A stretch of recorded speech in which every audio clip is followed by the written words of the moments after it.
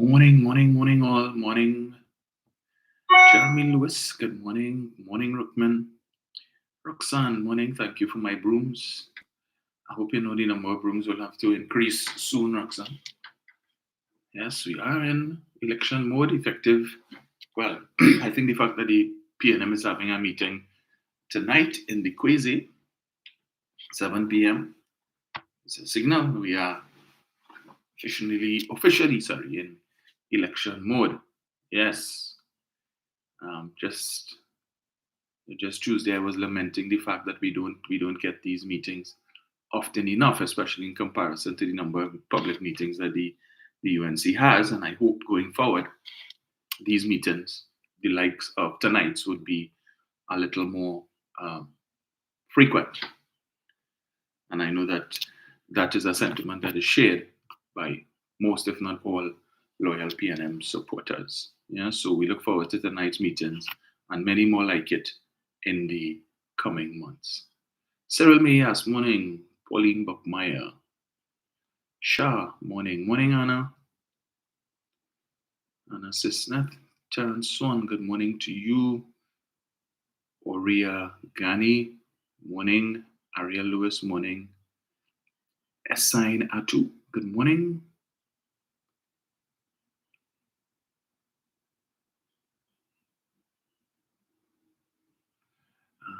Esain is saying here, Pastor Google over at the other place said they were flagged on YouTube.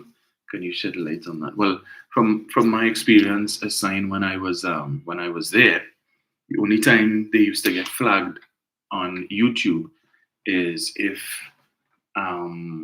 they were to play, if somebody, one of the presenters, were to play a song for which they did not have copyright.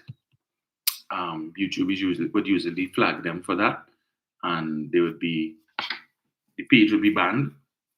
I think for a couple of weeks or something. So, or if there was a topic being discussed, so like back in the days of COVID, if there was a topic being discussed such as that, and you said certain things that were erroneous, like with, for instance, the that um, COVID was a well, if you were to say COVID is not real or something like that, all of these things they used to flag you for, and also if you said certain things about the vaccine that YouTube deemed to be um, erroneous, they would also flag them for things like that. That is why uh, management used to ask us not to discuss those issues to avoid callers calling in and saying things inflammatory, and then the next thing you hear, the page is banned. So it may have been something like that, and I wouldn't be surprised if it was some foolishness that was said on the afternoon program with Captain Clueless and Professor Misinformation, because they just allow people to say all kind of foolishness without let or hindrance. So I wouldn't be surprised if it was based on their program, something that may have been said by one of their callers that would have resulted in them being banned. So yeah. So normally what they would do in that case, because as I told you, I think some time ago, the station earns money based on the number of views that they get on YouTube, on Facebook as well. So that's why they always tell you, share the live, share the live, share the live. The more people, the more viewers they have, the more views the broadcast get, they make money. So as not to lose that revenue, they likely probably, depending on how long they get banned, you're going to see they will probably give you a new Facebook channel address to look at the program until they come out of jail with this one. Freddie Williams, morning, Gillan Jackson, morning, Gillan. Desmond Samuel, morning. Dwayne Peters, Roxanne. Yes, Roxanne. Told Roxanne, morning. Sedena Kwashi, morning. Lynette Harris, Desh Robin, morning, Desh. Gail Jack, good morning to you. Kathy Belfon, J Dimple 66, morning. Julia Matthew, morning. And Angela Carty. Deborah Durante, morning. Deborah. Sedena, again. Denise Bramble, morning.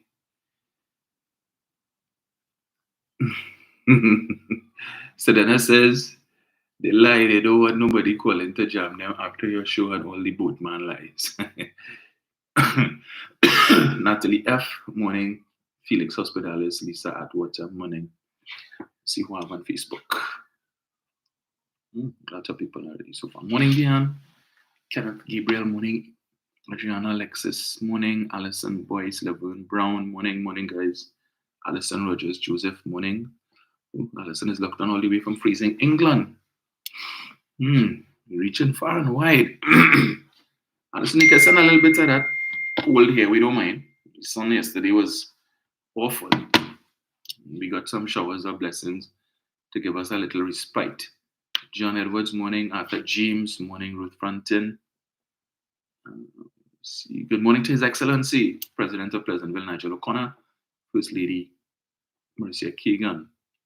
Ashlyn Robertson, morning. Kurt Shaw. Cheryl Seeley, Claire Irish. Deborah Durante again. Deborah. Judy Bowen, morning. Morning, Carol. Any rain on your side, Carol? Carol Myers. Candice Joseph, morning. Maynard Lazare, morning to you guys. Morning, Allison. Allison Samuel. I think all of my Allisons may have migrated from 91.9 to this platform. Hazelan Martin, morning. Eden Thomas, morning to you. Clayton Smith. Jeff Jack, morning. Yeah, share the live, Rudy. Rudy Nicholas, Looney, Rudy. Morning, Jen. Maria Lyons, morning. Jennifer Dorset. So I may have to run away early again this morning, folks, but I'll see how long I can stay on. Yes. Patty Kutu, morning. Hill Ben, Charmaine Superville, morning to you. David Clark. Fred. Good morning. You, Teresa Thomas. Mario Che Guevara, morning. Me say good morning also to Mother Tuna Puna. I saw she had a visit from her grandkids, and she was well pleased to have had that visit. I know Mother always appreciates all of these visits from her family members. Also, morning to Mr. Chance, to all of the Titans as well. Good morning. Let me see. Anon, morning. Delano James. Delano is saying they're expecting calls on the UNC crime plan, so it might be a ploy to throw people off, especially the Juju Love show. Yeah, wouldn't doubt that. Don Can, morning. Right, so let me get into it. It's already 6:40. A few things to touch on. Where to start, boy? Where to start? All right. Let me start first on yesterday's headline in the Express, entitled Shadi Sheikh. I don't want to trivialize the grief of this couple, his parents. So it says 6 years later, grieving parents of 20-year-old missing daughter still awaiting DNA test results. Junior and Marilyn Emmanuel, parents of missing woman Shadi Emmanuel, stand with a poster bearing her image at the UNC first anti-crime consultation at La Jolla. In the background, our former police commissioner Gary Griffith, blah, blah, blah. Yeah. But I just thought I would touch on it briefly because I saw the Express saw it fit to put it as a major headline, especially coming on the comments of the Prime Minister on Tuesday night. Yeah, the Prime Minister had his annual Mix and Mingle, which is an event he has every year in January to meet and mingle with members of the media. So it's an opportunity for the media to meet with and chat with members of government, members of parliament on the PNM side, on the government side, in a more relaxed setting. So this was my third or fourth year attending, and it's always for the second time I won a very nice hamper, very nice. Well, actually, a lot of the persons who were there, in fact, were fortunate enough to win. So you just had to reach early and they have a card they give you to fill out, and you drop it in, and here.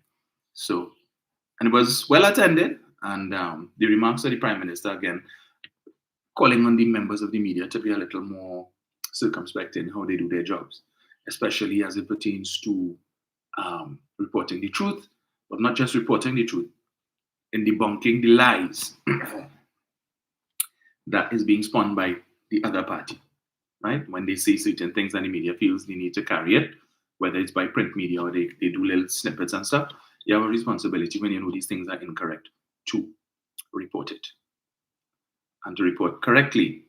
Don't do like certain radio station owners and say, well, if the people paying their money, they could say what they want, right? We can't have persons coming the next day to debunk what they said, to provide empirical data and evidence to show that what was said the night before is a lie, is an untruth. Yeah, we can't be doing that. Prime Minister is saying that is unacceptable. Unacceptable. When you broadcast these things and you allow it to go unchallenged, you're doing not just the government a disservice, but the wider country, because they will believe certain things, as I will touch on one topic just now.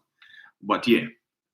So it says here, mother and father whose 20-year-old daughter went missing nearly 6 years ago still experience the pain of not knowing if their child is dead. Junior Emmanuel and his wife Marilyn Emmanuel attended the National UNC Anti-Crime Rally. His voice broke as he spoke about his daughter. After introducing himself and his wife, Emmanuel lifted a placard with his daughter's image and said, "This is our 20-year-old daughter, Shade Emmanuel, who has been missing for the past 6 years this year. She's of African descent, 5 feet tall, slim built, with a brown complexion, brown eyes, and black hair." Father told the Park Auditorium that his daughter left home and was supposed to meet her boyfriend in Chaguanas, but never did. Said that was 6 years ago, my daughter hasn't been seen since. Now, I looked at the video clip, and the interesting thing about that is when he was, the man was really caught up in his feelings, and he was talking about his anguish and that of his wider family. And Mrs. Prasad Bisesa, I guess, found that he was talking for too long because she wanted to get as many persons to come and speak as possible, hoping that they would lambaste the government and, denigrate the government and see how incompetent the government is. That's what she really wanted, because it was very uncaring and unfeeling the way that she cut off the man. Because, okay, maybe you had to understand is that he's probably not had a forum such as this before to express his grief and dismay with his daughter who has been missing for these almost 6 years, right? But again, and I looked at that video, that clip, about 2 or 3 times, and she was so unfeeling when she said, "Man, well, I could play it for you all, but anyway, I ain't feeling to look fit right now.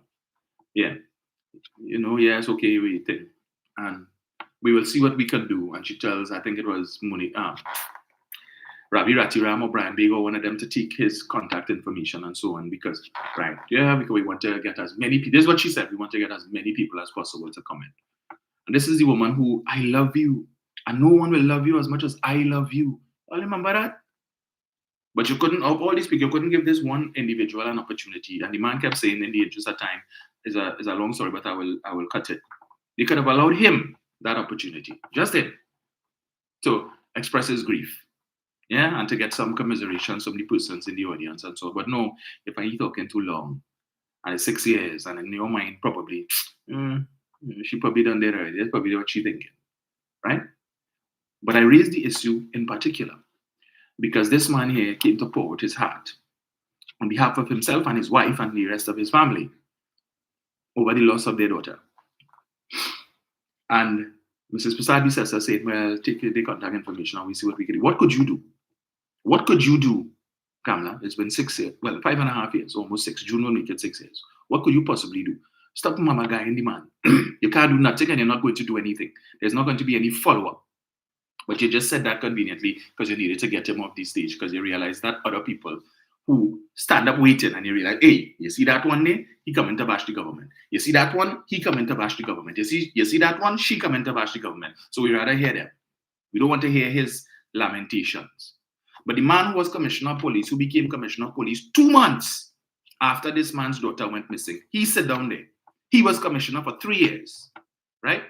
For 3 years. He became commissioner 2 months after the daughter went missing. And he could not offer one word to this family with respect to the investigation into that matter. When he became commissioner, that case was still warm. Still warm. And he is sitting there, Gary the Great, and could not say one word to this family to tell Mrs. Prasad Bisesa, hold on, let me just tell him whatever, because this is what would have happened with the investigation. These were the leads we had, whatever, to give the man some sort of comfort. Nothing. You sit down there like a wooden judge in a Ramwood session. Have nothing to say to the man.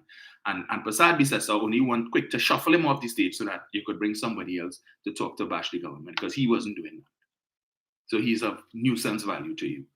Yeah, just come to cry about his missing daughter. So why Gary the Great couldn't say something? Did he put in the same amount of effort in finding this man's daughter that he did for Andrea Barrett? And let me make it abundantly clear, because some of you all, the supporters of that other party, all your mind, all your mental settings is on race.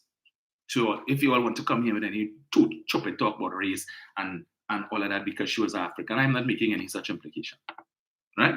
But I'm saying as commissioner of police, he was the head of the police service. If anybody in that room should have been able to give this man some kind of information with respect to what angle that investigation would have taken up until the point that he left office, is Gary Griffith. And he couldn't do that. So is it that he had no interest in that particular missing person? But today, he wanted to go under kidnappings, we brought kidnappings down, and I did this, and I did that, and I did all of that. But you could offer not one word of comfort to this man to tell him this is where the police investigation was. And then you have a lot of whistleblowers in the police service, people that still give you information. Why don't call one of them? Why didn't tell them earlier what now? I will speak to, or I will try and see if I could get some kind of information for you with respect to where the investigation into your missing child is. Couldn't do that. Not interested in them. No. But they have the solution to crime. And, yeah. So just know, if you have a bleeding heart story, the UNC's anti-crime meetings is not the place to go, right? Because if you talk for more than 3 minutes and you want to pour out your heart and you're looking for some sort of commiseration, don't expect to get that from the leader of the opposition.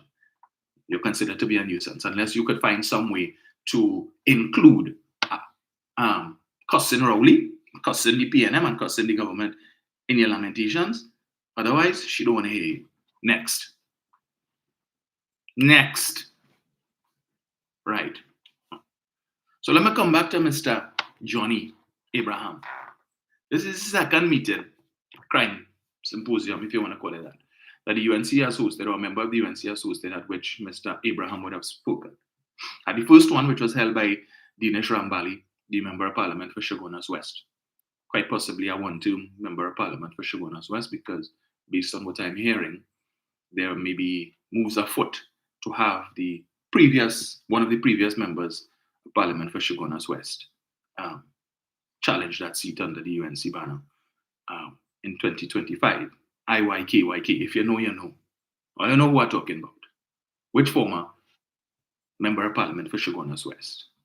Because my understanding is that the individual had bowed out of politics, had no intentions of coming back into politics. In fact, when he was approached by former members of his party, his now defunct party, about whether or not he was going to participate in the last local election, this is empirical information from people he spoke to.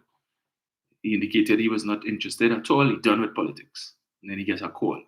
Certain promises were made, and that is how come he ended back on the hustings. Mm-hmm. Yes. So moves are afoot. I mean, it didn't help them in the last local election, but who knows? We'll see what could happen in 2025. I'm calling no names, but as I say, if you call, I will whistle. But if you know, you know. So understand, there's all kind of machinations they engage in to be able to get back into office come 2025. Even if it means going to the political cemetery and performing a bit of political necromancy and raising the dead, the politically dead. Mrs. Prasad Bisesa did it with Anil Roberts. Yeah. He was dead and buried under 6 feet of concrete. Yeah? And she went and she put jackhammer and mash up that 6 feet of concrete. And raise he from the dead and bring him back. And now we have to deal with this zombie for the last so many years. And she wants to pretty him up even more come 2025. People of St. Joseph, beware. But anyway, so one of the things, well, in the first meeting that Johnny attended some months ago, he told people, here what now? I ain't telling all you what to do, But if somebody come into your house, know what to do, what you have to do, right? Do what you have to do, but just know what you're going to tell the police. These are the words of a former senior police officer, head of the Central Division, telling people, do what you have to do, but just know what to tell the police.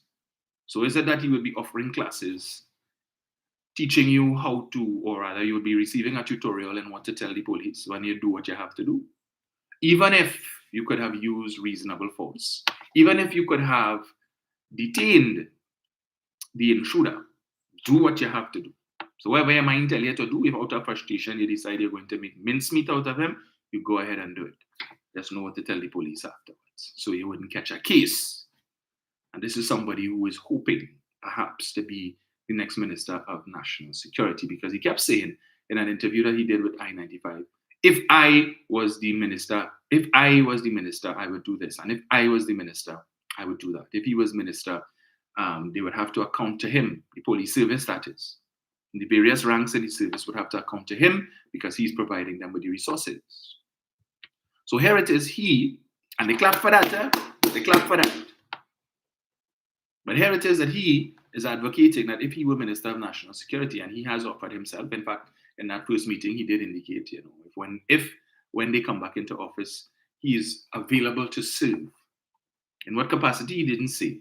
But again, hint, hint. So if he is made Minister of National Security, he is saying that he's going to micromanage the police service.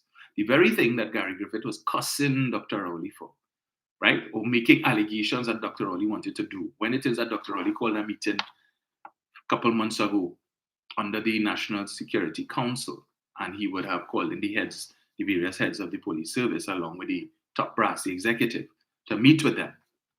Gary Griffith took issue with that, did a whole post on Facebook talking about that is a non-starter, that what the Prime Minister and the National Security Council did there is tantamount to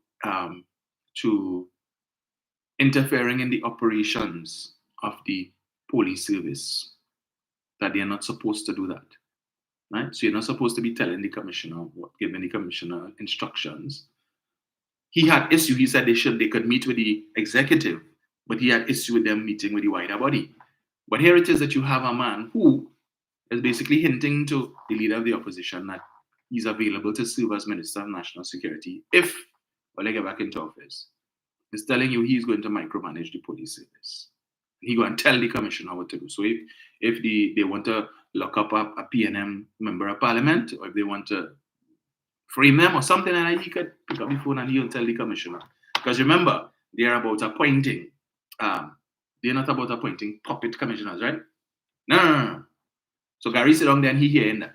Now, if he still has aspirations to become commissioner again, like Donald Trump has aspirations of becoming president of the United States again, God forbid, is it that he and Johnny will be clashing if Johnny is Minister of National Security? You're going to be clashing? You're going to take orders and instructions from Johnny, Gary? I just asking. But because that's what he's saying. Did you pull him aside afterwards and you all had a discussion? I just asking that question. But Johnny showed us the color of his bloomers, his petticoat, his duster coat. What is it call it? That thing that women wear under the skirts? Half slip. His half slip was showing, and it was bright neon yellow. Where we weren't sure before. Yes, and he had no problem with that. Well, you know where his political allegiances lie. And he raised the issue of the 14% under the leadership of Kamla Persad-Bissessar. The police get a 14% pay raise and they get $1,000 extra per month. And they were very motivated to do their job. When Mrs. Persad-Bissessar was Prime Minister, they were motivated. Because why? She gave them more money. So that is the motivation that the police service requires to work. Give us more money and we will work. That is right now we're demotivated. We ain't earning enough. As if the only consideration for joining the police service was pay. It wasn't to protect and serve. Right? It wasn't about a dent in crime. No. Hey, I see the police recruiting boy. True. How much is the salary? I could work with that. Yeah, sign me up. Right? Sign me up. So, according to Johnny, that is the motivation that they need. So pay them more money and they'll do their job. If not, well, they will just give you bare minimum. When you call the police station, you're going to get some poor customer service. The two things I want to make, points I want to make on that. One, people talking about, of course, the 14% versus the 4%. In fact, I engaged a supporter of that other party yesterday on a post that was put up on Facebook by a profile called Break Free, HC, yeah, which is Garth Christopher. Garth Christopher, who was one of the loudest and most vocal activists for Mrs. Posada Bisesa. And the post that Mr. Christopher put up read, let me get it here. Let's see. So, let me get it here.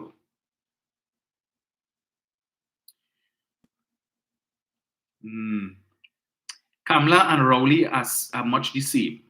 They say one thing, but do the other, and say one thing and mean the other. And a gentleman by the name of Praki Dukes said, you need to check your head to even suggest they are the same as leaders. Abraham said it. Police got 14% plus $1,000 incentive. Explain to me how they are the same. Or is 14 less than 4? Waiting for a response. So I decided to engage him. Right? With respect to that 14% and the 4%. I want to say something on that, right? For the benefit of Praki Dukes. And we went at it. And I only drop in evidence and drop in facts in detail till eventually he couldn't take it no more. Yeah? Misinformation. Same thing the Prime Minister is talking about. So let me just touch on that from a professional perspective. So we lamenting the 4%, and 4% is not enough, and 4%. But nobody is asking the question. Well, at least those to whom the 4% apply, because remember, that's just public service, not the private sector. That, yeah, we get 14% from Kamla. Where the money came from to pay for it, we don't know. Mr. Abraham told us that that they got the back pay in 6 months. I don't know where Mr. Abraham got that from, that they got the back pay in 6 months. Because it was, in fact, this PNM administration that had to find the money to pay back pay. Let me just read this quickly. And this is an article dated the 12th of December, 2015. Guardian, entitled, Imbut hopes to pay arrears in 2016. Special bond to raise funds. The government has no money to pay public servants their arrears in salaries and back pay, resulting from wage negotiations settled by the last People's Partnership Administration. Finance Minister Colm Imbut admitted yesterday. Imbut made the statement while speaking on a government motion on the exemption from import duties of custom in Parliament, blaming the last PP administration for maxing out the overdraft at the central bank and leaving the PNM government with a severe cash flow problem. Imbut said there was simply insufficient money to pay the outstanding monies owed. He said public servants, among them members of the health sector and protective services, were owed billions and billions of dollars. Imbut gave the assurance, however, that public servants who were hoping for the arrears in time for the Christmas season would get this month's salary by December 18th. Remember, on the time, in September, where Imbut had to go to beg cap in hand to get money to pay salaries. Don't forget that, eh? You see, there's forget them thing. Johnny ain't gonna talk about that. Johnny wouldn't remind you that when Mr. Imbut became Minister of Finance in September, the 9th of, well, not the 9th, because the election was the 7th of September, Dr. Rowley became Prime Minister, was sworn in on the 9th, and then the full cabinet would have been sworn in on the 11th. Yes. That he didn't have money. They don't like to hear, oh, thing. Imbut lie. Jawala never tell him it only have money, that the tap has run and he was prepared to turn off the tap. No more money because the overdraft used up. You need to find some money elsewhere. And what did Mr. Imbut tell us he did? He had to go from energy company to energy company begging cap in hand. You don't mind paying your taxes a little early this month. I know you're supposed to pay it at the end of the month, but right now we're in a cash crunch. We need to pay salaries and we don't have the money to pay. Because the motley crew that just demitted office, the only thing they left in the treasury was lint. Right? And we can't pay lint. So you can't give us a little advance on the taxes. And of course, the heads of these energy companies. Come, you silly prude. You prude. What are you talking about taxes? There are no taxes to be paid. Aren't you aware that we got generous concessions from the motley crew? Ain't no tax for you until 2024, my friend. What you talking about? Get out of here. Come say what? Come. Not been reading your memos. Yes, no taxes for you until 2024. But have a good Christmas though. All right? Yeah. Johnny ain't gonna talk about that. I continue. He also promised that he intended to raise the money, an estimated $5 billion to pay them via special bond issues, and said he had met with commercial banks yesterday to start this process. Imbut said he would do all that he could to ensure the outstanding salaries were paid at the earliest opportunity in 2016. Asked by former Planning Minister Dr. Botiwari if the government did not receive $12 million from a revenue stream left by his former government, Imbut said that was a figment of his imagination. I have heard references to alleged revenue and revenue streams, but the paperwork was never done. No arrangements were made for these revenue streams. They were figments of your imagination, Imbut shot back at Tiwari. Imbut insisted, despite charges by the opposition to the contrary, that this government is managing our fiscal finances in a prudent manner. However, the government has recently been confronted with a hitherto unseen cash flow problem, he added. He said government's expenditure in a typical month was usually around $3 billion, but in October, this amounted to $3.2 billion. In September, on the other hand, he said it shot up to $8.5 billion when it should have been no more than $3 to $4 billion. Combined expenditure over those 2 months totaled close to $13 billion. And Imbut said the last government's mad rush to settle payments to contractors and suppliers before the end of the fiscal year on September 30th caused this unusual pattern. And he said the central bank's overdraft was mismanaged, and because of this, other funds could not be accessed until it was brought back to a normal level. And this is why the government had no money at this time to pay public servants their arrears and back pay. So, Johnny, where you get it that they received their back pay in 6 months? Where you get that, Johnny? Where did you get that? They paid it, but Mr. Imbut telling us a different story here. And all the things that he had to do to raise the money to pay public servants, they increase salaries and they back pay too. So who lying, Johnny? Because I read this whole article and I didn't see anything else here mentioned about anybody challenging what Mr. Imbut said in the parliament after. Right? They leveraged, let us not forget, they put up the green fund as collateral to be able to draw down money and overdraw to deplete the overdraft in central bank. So even so that when this administration came in, they couldn't even say, well, we will take a piece of money from the green fund or the business levy fund.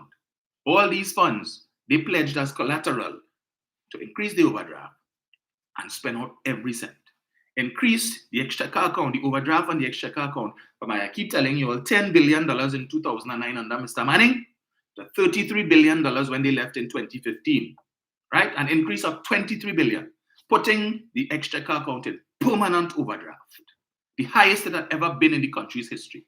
And every time I raise this issue, I keep telling you, Mr. Manning built Napa, he built Sapa, he built thousands of houses, right?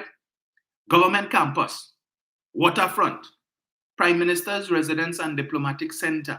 All of these things Mr. Manning built. He built schools till they called Gopi Singh when he became Minister of Education, say Manning had built school, he built hotel, the size of these schools, all three. Did they open it? They complain about how much school they built and Dr. Rowley want to open it out of spite and vindictiveness. The St. Joseph Secondary School, which Mr. Manning built, which is today a shell, because they couldn't open it because of some issue with air conditioning. Put no security in place and allow vandals to strip the school down to bare bones. And if they could have go with the walls and all that, they would have gone with that too. They didn't open that. 5 Rivers, another one Mr. Manning built. Did they open that? No. Monto, did they open that? No. But the supporters quick to come and complain about how much school Kamla built that Rowley want to open. But all those schools that Mr. Manning built, they didn't open it. You all weren't clamoring for them to open it. All the supporters who live in Bangladesh and St. Joseph are stone's throw away from St. Joseph Secondary. You all didn't know to come with placard. Some of your children were going to the old school QF Junior Sec, right? You all didn't know to come with placard and stand up in front of the school and tell Kamla, open the school. No, because that is your queen. That is your goddess, your Maharani. So we ain't protesting her. Let the school stay there. No complaints. But as soon as they come out of office and this administration comes in and didn't have the money to open some of the schools that were 80% complete, but they come and tell you, just open the school. Okay, opening the school is one thing, but where you get any money from to pay the teachers and the staff to populate the school? Where you get any money from? When you all just left lint in the treasury. How they were paying for that? They ain't studying that. They ain't opening the school. And Rowley too wicked and vindictive is because the UNC built it. That's why you don't want to open it. But just remember, they did the same thing. And it's not just schools they did it with as well. Houses. Number of houses. Housing developments around the country that Mr. Manning left. That were 90% complete, 95% complete. Right? It was just to finish putting the fixtures and give it to the citizens. Some of them who waited 20, 30 years on the waiting list in HDC. For the 5 years, 3 months, and 14 days that they abandoned Napoyo Court, that they abandoned Beaufort in St. James, and houses in Real Spring, and across the country, all these houses are just lay abandoned when they could have finished it, right? People were paying rent who are today paying a mortgage and have building equity in their property, thanks to what Keith Rowley did when he came in. Wasted no time in finishing Napoyo Court behind Larry Gomes Stadium. Not only did they finish what was there, but they added more. Today, all of those units are occupied, yeah, and people paying mortgages, building equity in their homes. So eventually, they have something to pass on to their loved ones when they leave this earthly plane. But on that, for 5 years, 3 months, and 14 days, all these people who are living in these housing units, who would have gotten housing under this administration in the last 8 to 9 years, were paying rent. 5 years of dead money when they should have had 5 years of equity in their property. But then coming in 2015, 100 houses a week. Who built those 100 houses? Not them. Not them. In the last few months in office in 2015, coming to rush to see all they're doing thing now. And as Mr. Emwood said, they're looking to see, hey, in case we lose, because they're looking too good, let me see how much money we could share out. So we could thief, right? And let everybody know the cut. To hell with if we spend out all the money and when Emwood come in, he don't have money to pay salaries, or whoever is the minister, them to catch. Let Rowley fight up with that. That's not our problem. So they had to go and borrow money from the banks now to pay salaries in September of 2015. But we don't talk about that. Johnny ain't gonna talk about it. So let me come back to the issue of this 14% and so on, right? All costing the government 4%. That's all they're giving me. So let me put on the professional hat here for a moment. We in this country have been cultured to believe that the only way you could get a pay raise as it pertains to the public service is when the CPO sit down with your bargaining unit or your trade union and they hammer out a percentage increase, right? So the only increase you get from Rowley was 4%. Who is we? So let me correct that a little bit.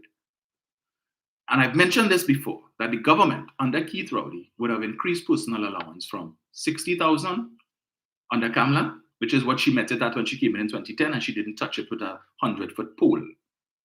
When she left office in 2015, it was still 60,000, meaning that anybody earning $5,000 or less per month had to pay no income tax.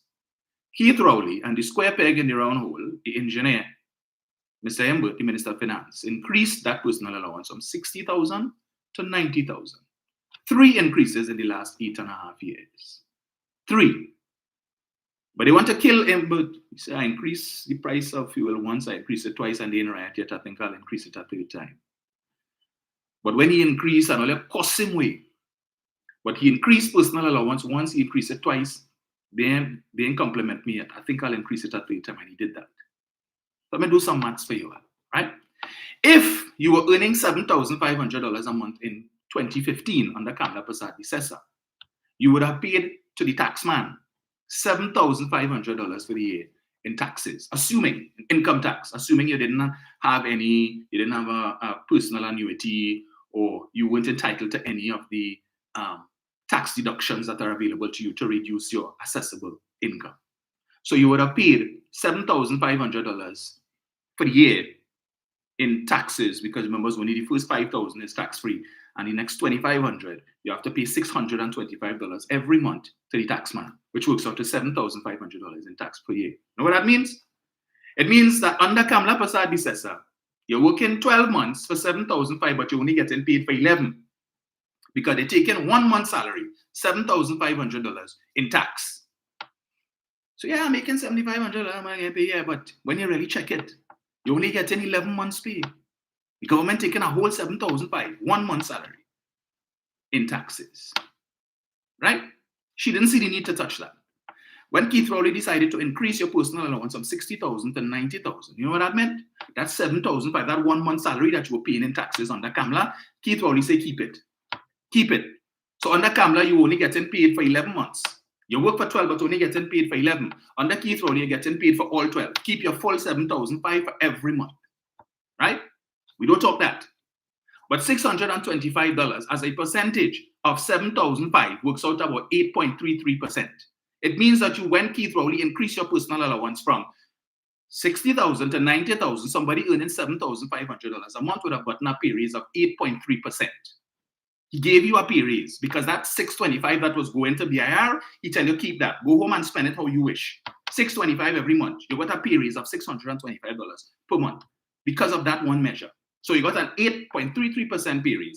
Add the 4% to that. So Keith Rowley really gave you a pay raise of 12%. 12.3%. Not 4. That your Greg only gave 4% and 4%. You got a pay raise of 12.3%. But we don't do that simple maths.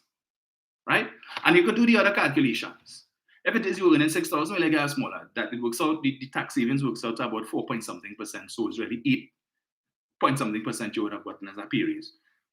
Part in tax savings and part as an increment increase on your salary.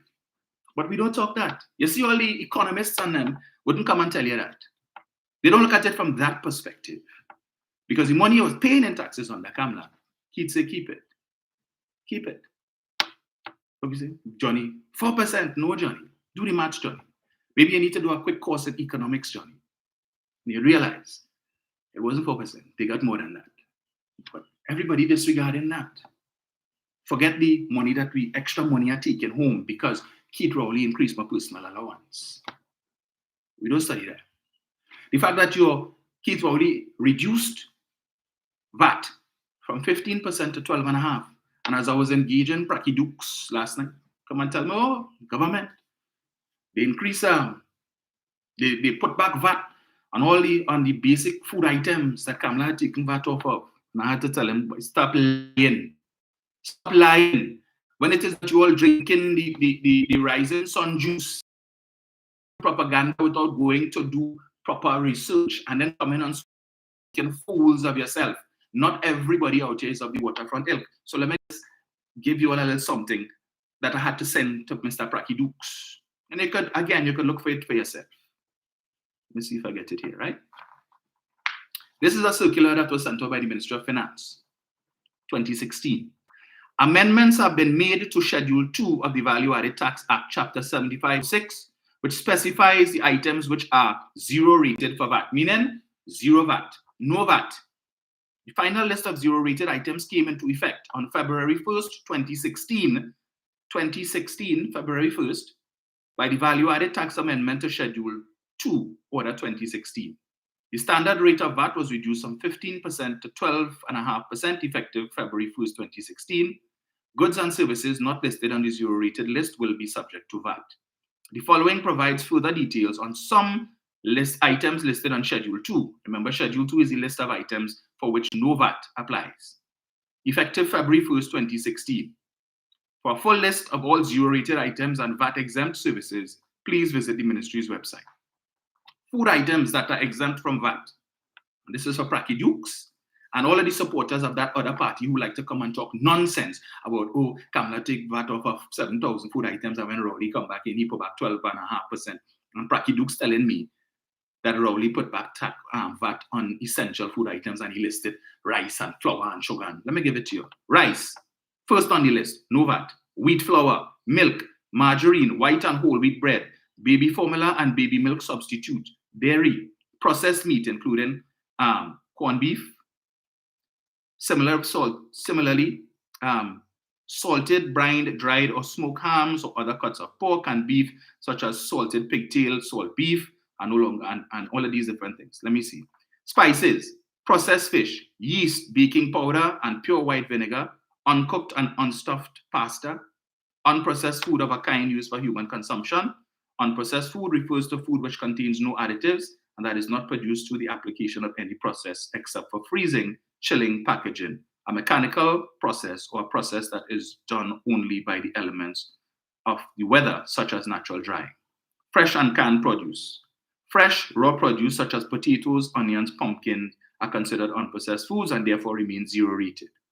Sugar, oatmeal, meal or cereal, which must be boiled in milk to make a porridge, Dried legumes, and they give you the whole list here. Shelled vegetables, whether skinned or split, namely peas and beans, split peas, chickpeas, red beans, red and white kidney beans, cowpeas, I have no idea what that is, black eyed peas, lentil, broad beans, pigeon peas, have all remained zero rated, contrary to what Pracky Dukes and the rest of them like to tell us. Personal hygiene, essential personal items have remained zero rated, namely toothpaste, personal deodorants, and antiperspirant, soap in the form of bars, cakes, and module pieces and shapes. Domestic travel between Trinidad and Tobago has remained zero rated. Steel band instruments have remained zero rated. Agricultural supplies, animals, live birds, fish, crustacean, mollusks, or other animal of a kind generally used as or which generally produce food for human consumption, such as different varieties of fish, shellfish, crab, oysters, etc., have also remained zero rated. Draft animals, meaning animals used for drawing, pulling, or carrying a load, such as bulls, oxen, etc., have remained zero rated. Animal feed, it goes on.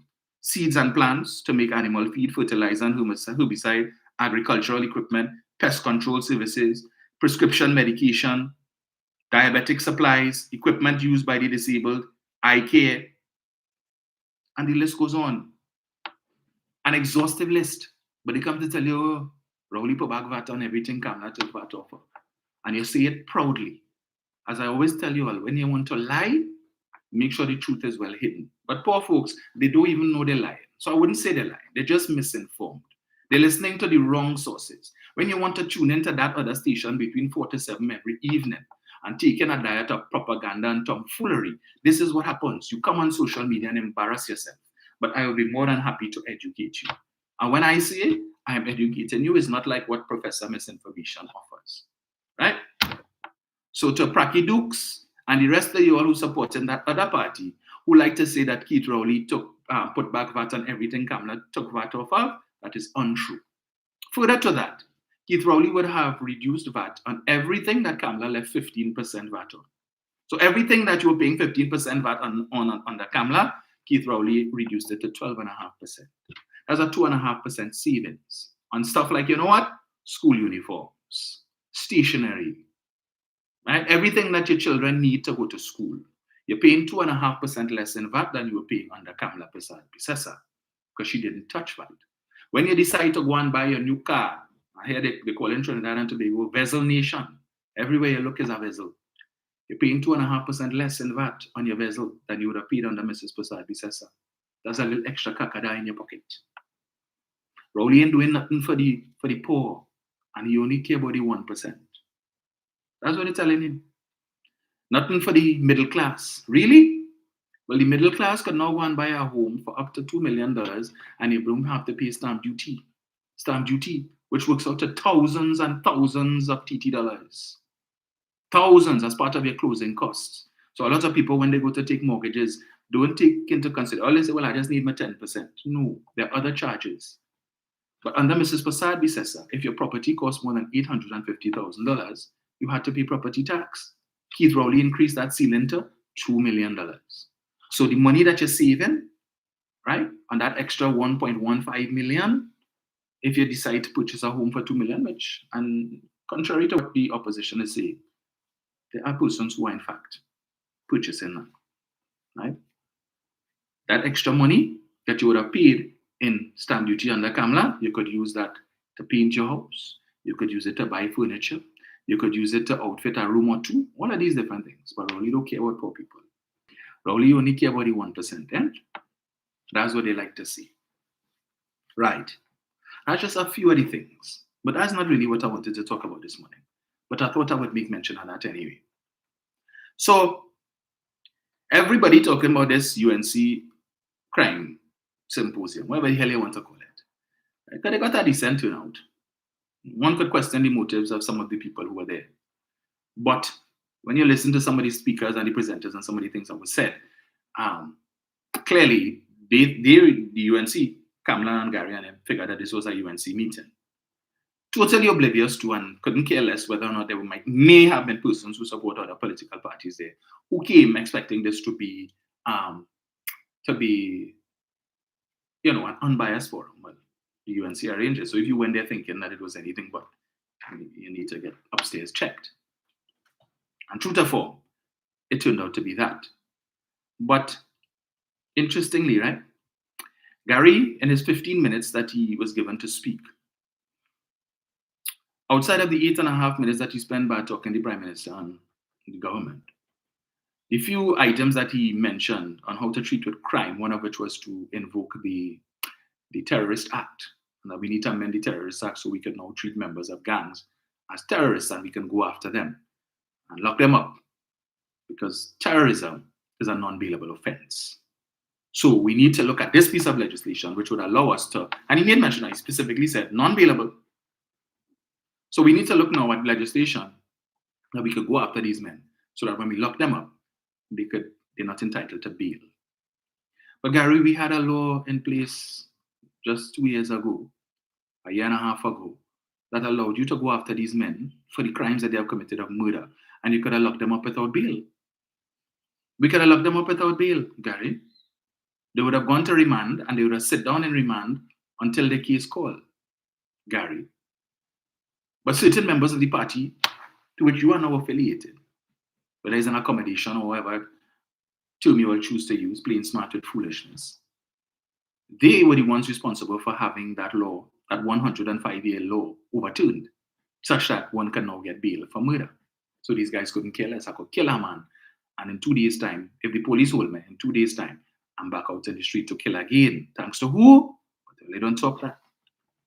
But perhaps it's important to remind Gary of certain things he would have said when he was Commissioner of Police, when he didn't mind taking on politicians, particularly UNC politicians. So let me get this here. I'm reading here from an article that was published in the Jamaica Gleaner. Yes, the Jamaica Observer. Yes. This article is dated November 22nd, 2020, entitled TNT Opposition Refuses to Support Anti-Gang Legislation. So take a listen carefully to what Gary had to say then in his capacity as Commissioner of Police. Police Commissioner Gary Griffith says petty politics took precedence as opposition UNC legislators on Friday night failed to support an extension of the anti-gang legislation that the police had said was necessary in the continued fight against criminal activity in Trinidad and Tobago. Current legislation expires at month end. And they quote in Gary here. Unfortunately, petty politics yet again takes precedence over doing what is right for the country. Let me repeat that. This is Gary. Unfortunately, petty politics yet again takes precedence over doing what is right for the country. We just arrested a major person of interest involved in gang activity. Over 70 in the last few years. It was a major deterrent. Hear this.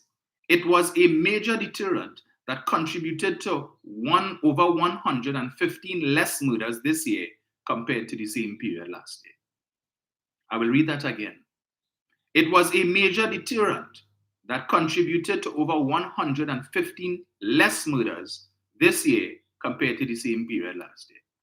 This is Gary Griffith speaking as Commissioner of Police in 2020. He didn't say that this 115 less murders was as a result of the Special Operations Response Team, SORT, which he established.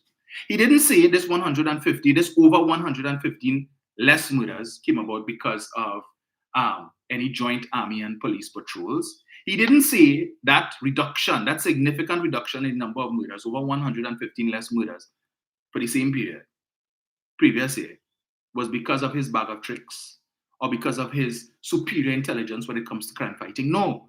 Gary Griffith is quoted here as saying it was the anti-gang bill and the ability to arrest these guys and detain them without bail that was the major deterrent that contributed to over 115 less murders in 2020. He goes on, it seems that this bill was an issue for some politicians. Heaven forbid, if and when gang-related murders increase, I hope that those who rejected the bill would be prepared to answer to their God and the citizens of this country.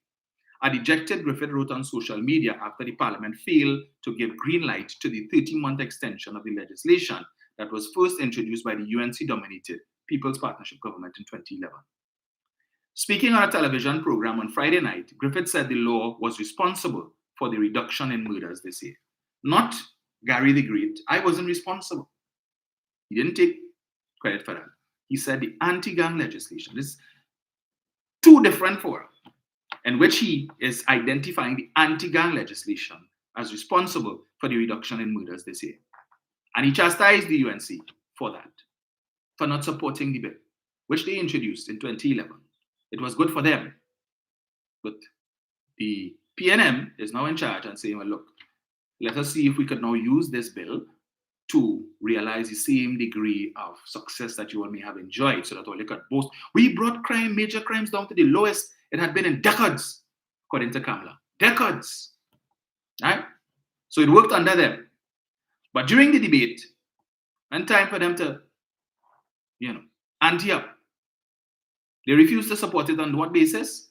They said, well, the data shows that only not locking up enough people under this legislation. Munilal come and he that piece of paper and he said, Madam Speaker, I am looking here at the statistics with respect to the number of arrests that have taken place under this legislation in the last how many years. And it reads like a binary card, 1001110000111. So according to them, the law wasn't working because they weren't arresting enough people. For them to think that the law was working, for them to believe that the law was working, they needed to see 5, 15, 20, 35, 18, 36, not 1001. They didn't want to see a binary card. So we're not supporting that law. We're not supporting that.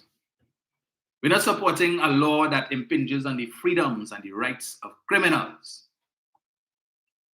Citizens who decided that they want to live a life of crime, who have engaged in and have adopted a life of crime. We don't want to support a law that could deny them bail and impinge on their constitutional right to apply for bail. We're not having that, so we're not supporting it.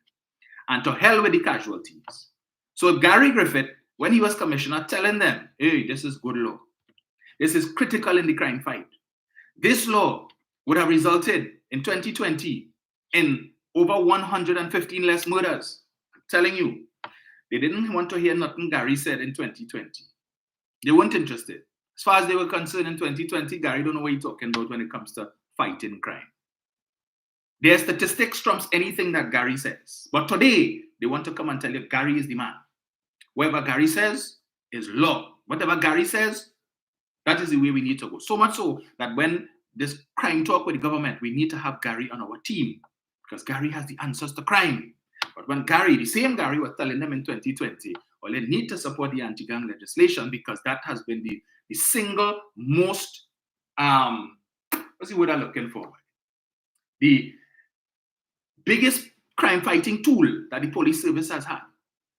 Single biggest crime fighting tool. Gary, all your tail, boy, go for me. We want to hear that, boy. Go for me.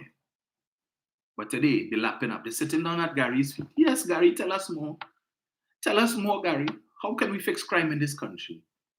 But you know what Gary ain't telling them now? After he chastised them in 2020, I've been listening to Gary. Every day he puts in on his Facebook page, which TV station he's going to be on, which radio station he's going to be on. But I'm not hearing Gary telling them, well, they need to support the anti-gang legislation. I'm not hearing Gary telling them, you all need to contact the Prime Minister or the leader of government business and tell them they need to bring back the anti-gang legislation to the Parliament because you are prepared to support it this time. This piece of legislation, which when I was Commissioner of Police, I told you all, was the main tool responsible for the reduction in murders that I love to boast about. I ain't hear he talking about that.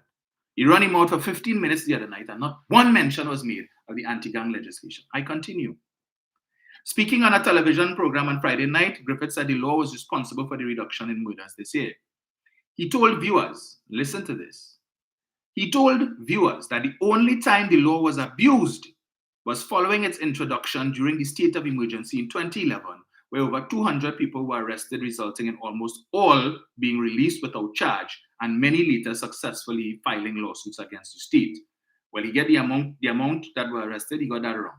And he said over 200. Well, he said over 200. So he was right in that sense. 8,000 is over 200. But I will repeat that. He told viewers that the only time the law was abused, this is Gary Griffith speaking in 2020. So the PNM never abused the law. When was it abused? Who abused it? 2011. And who was in government? The only time the law was abused was following its introduction during the state of emergency in 2011, where over 200 people were arrested, resulting in almost all being released without charge, and many later successfully filing lawsuits against the state.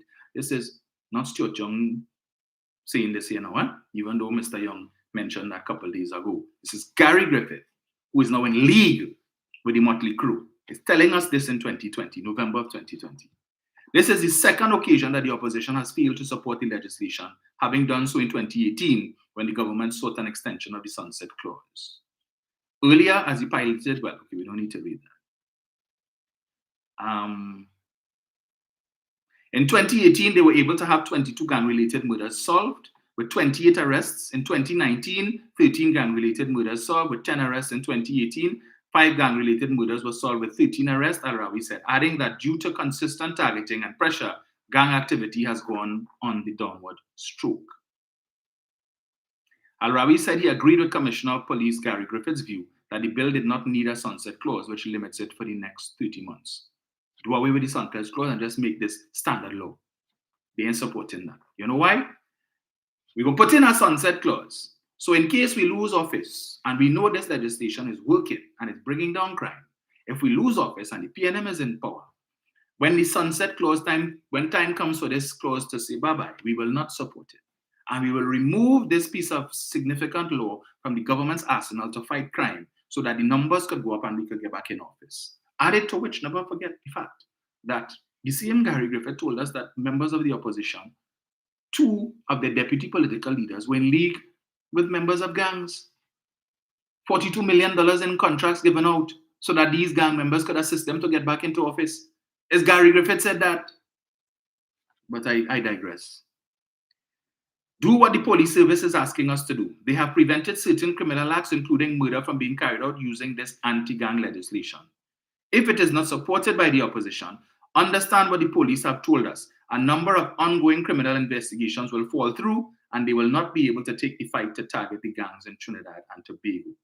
Last night into this morning, a major gang leader of a gang called the Sixth Gang in Trinidad and Tobago was arrested and charged under this legislation. Young said, noting that Griffith had honored 52 police officers for their work under the Anti-Gang Act. I have not seen a single justifiable reason why this legislation should not be continued. Since 2018, persons have been arrested and charged under this legislation. It allows police to disrupt gang activity, stop murders, and allows more time for police to build their case. Has it been used? The answer is yes.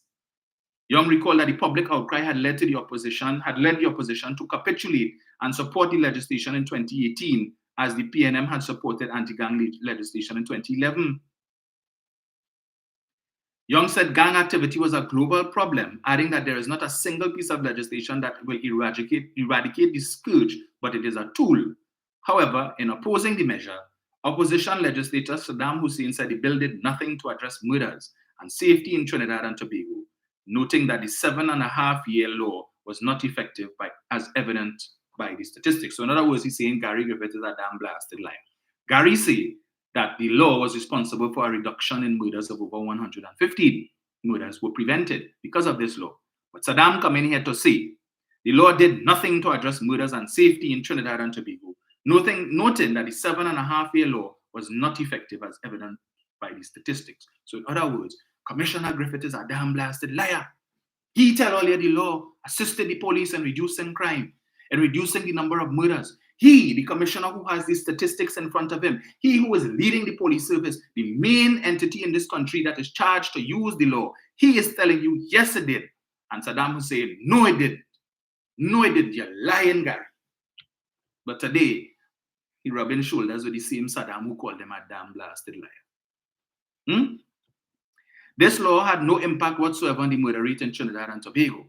This is legislative insanity. This government is incompetent and inept, bereft of any plans. Well, if you're saying that the law had no impact whatsoever on the murder rate in Trinidad and Tobago, and it is legislative insanity, then the People's Partnership was a sanitarium. The People's Partnership government was a madhouse because you all created the law. You brought it in 2011. So in 2011, it wasn't legislative insanity, Saddam. All this government was seeking to do is to extend the life of a law that the People's Partnership created. That's all they wanted to do. You all created it. Well, let's say it worked. We just want to extend it because you all put in a sunset clause that is about to expire, and that sunset clause governs a critical aspect of the legislation. All we're seeking your support to do is to give it a little more life. Give it 30 more months, 2.5 years. And you, Saddam, calling it legislative insanity. That is what this law is. So a madhouse was running the country between 2010 to 2015, bringing this kind of law. But we knew that. We know, apart from a circus of clowns, right? There are certain mad people who were sitting down in the parliament and making laws. Lower and upper house. 30-something of them. Mad people. They really say that more of them on the outside and the inside. He says they have no additional policies, only coming with laws with the expectation to reduce crime. Laws alone won't reduce crime. Really, Saddam Hussein? Laws alone wouldn't reduce crime. Well, all right. What will? Hussein said that many of the offenses under the anti-gang legislation exist as part of other laws and asked how many charges were brought in the last 30 months for coercing someone to join a gang or persuading someone not to leave a gang, or the number of properties seized from gangsters. How many have been charged with counseling a gang member or gang leader or harboring or concealing a gang member? The opposition is not going to be any rubber stamp to this PNM government. They can't come to this parliament with all this narrative and say this bill needs to pass, otherwise all hell will break loose and the sky will fall. Madam Speaker, we heard that so many times and the sky is still here. Saddam, is the sky still here? Is it? This is 2020. We are now in 2024. Over the last 3 years, Gary told you all the sky would fall. The PNM told you all the sky would fall in terms of what? Increase in gang murders, an increase in the number of murders. At the start, I read it for you all what Gary said. Let me read it again. Let me just go over it one more time for those of you who might have been in your fridge or you're just joining. Let me get it again, what Gary said. It seems that this bill was an issue for some politicians. Quoting Gary here, heaven forbid, if and when gang-related murders increase. Have gang-related murders increased, folks, in the last 3 years or the last, 3 years since the UNC refused to support this legislation? Have gang murders increased, as was predicted by Gary Griffith, as the PNM government was telling the opposition at that time? Yes, it has. But Saddam said that wasn't going to happen. Saddam said they come in here like chicken licking and crying, the sky will fall. But Gary goes on to say, I hope that those who rejected the bill would be prepared to answer to their God and the citizens of this country. Gary, have they answered to their God? Tell us now, because you are now in league with them. We have seen the increase in the gang killings, as you said would happen. You said you hope that when gang-related murders increase, those who rejected the bill would be prepared to answer to their God. Is Prasad Bisasa ready to answer to her God yet? For all the lives that have been lost? As a result of their rejection of this bill? Are they prepared to answer to the citizens of this country? No. They're coming with, stand your ground, load up the matic, knock it back, right? Cock it back and knock it on them and knock it again. Forget the anti-gang legislation. And the very man who told us the impact that it had when he was sitting in the chair with the data to support is today in league with those people and telling you they are the best government to come in place. They are the best to replace what we currently have. It's just like when Mr. Pandey was leader of the opposition, boasting, we have the answers to crime. We have a crime plan, a foolproof crime plan. And when we come back into office, we will implement it and save the citizens of this country. Mr. Manning got up and he said, well, here's what. If you all have the answers, you have the crime plan. I am willing to meet with you so we could discuss it and see how we could implement it. Let us work together to save lives. Let us work together to reduce the crime situation in the country for the benefit of the wider citizenry. And you know what it is, Mr. Pandey said? It is not the job of the opposition to make the government look good. So we ain't giving all, we're not sharing our crime plans with you all. We are prepared to rock back and watch people dead until all they get voted out because of the crime situation. And then when we come back into office, we will implement our crime plan. So all the lives that could have been saved by us sharing this crime plan with you all, they will just be collateral damage. We offer commiserations to their family in advance, but we're not sharing our crime plans with you because we want to get back into office. And if crime is the vehicle by which we do so, then so be it. But Pandey was the best it ever had, and the best it ever had. But they so care about the country and they're so concerned about crime and concerned about crime. And they want to talk about the government I care because remember all of them had a security detail. Really? Kamala have a security detail to her. Let's remember that. She has a security detail. Not all government ministers have security detail.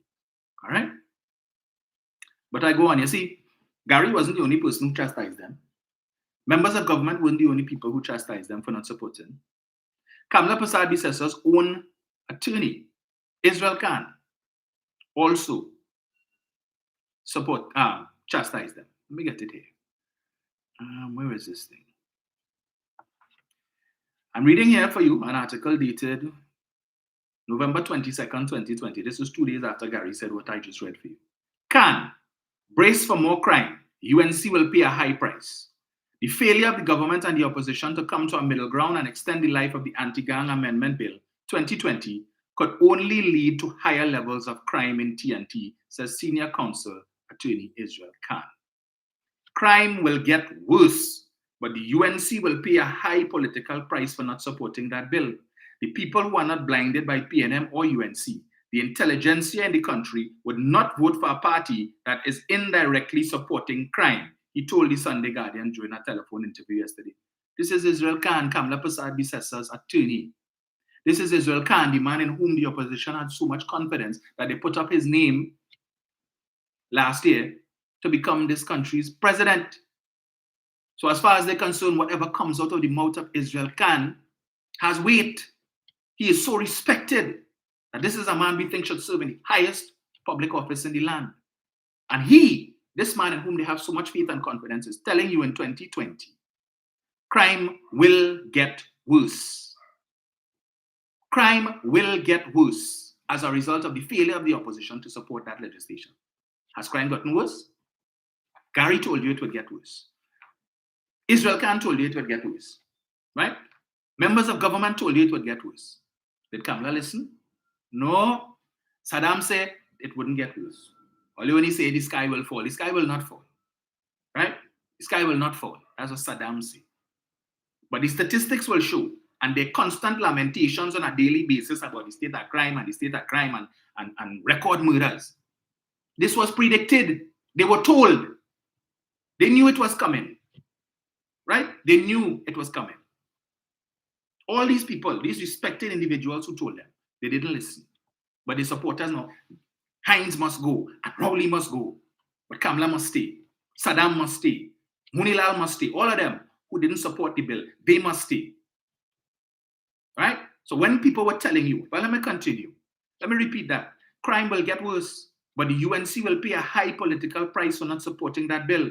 The people who are not blinded by PNM or UNC, the intelligentsia in the country would not vote for a party that is indirectly supporting crime. A party that is indirectly supporting crime. The words of Kamla Prasad Bisesar's personal attorney, Israel Khan. No, man, all these other ads, ease them up. I go on. So, the government had presented an amendment to extend the life of the bill for another 30 months, and it required a 3/5 majority of the 41 MPs for passage. Khan called on politicians to carry out the work of the nation and not just represent their own narrow interests.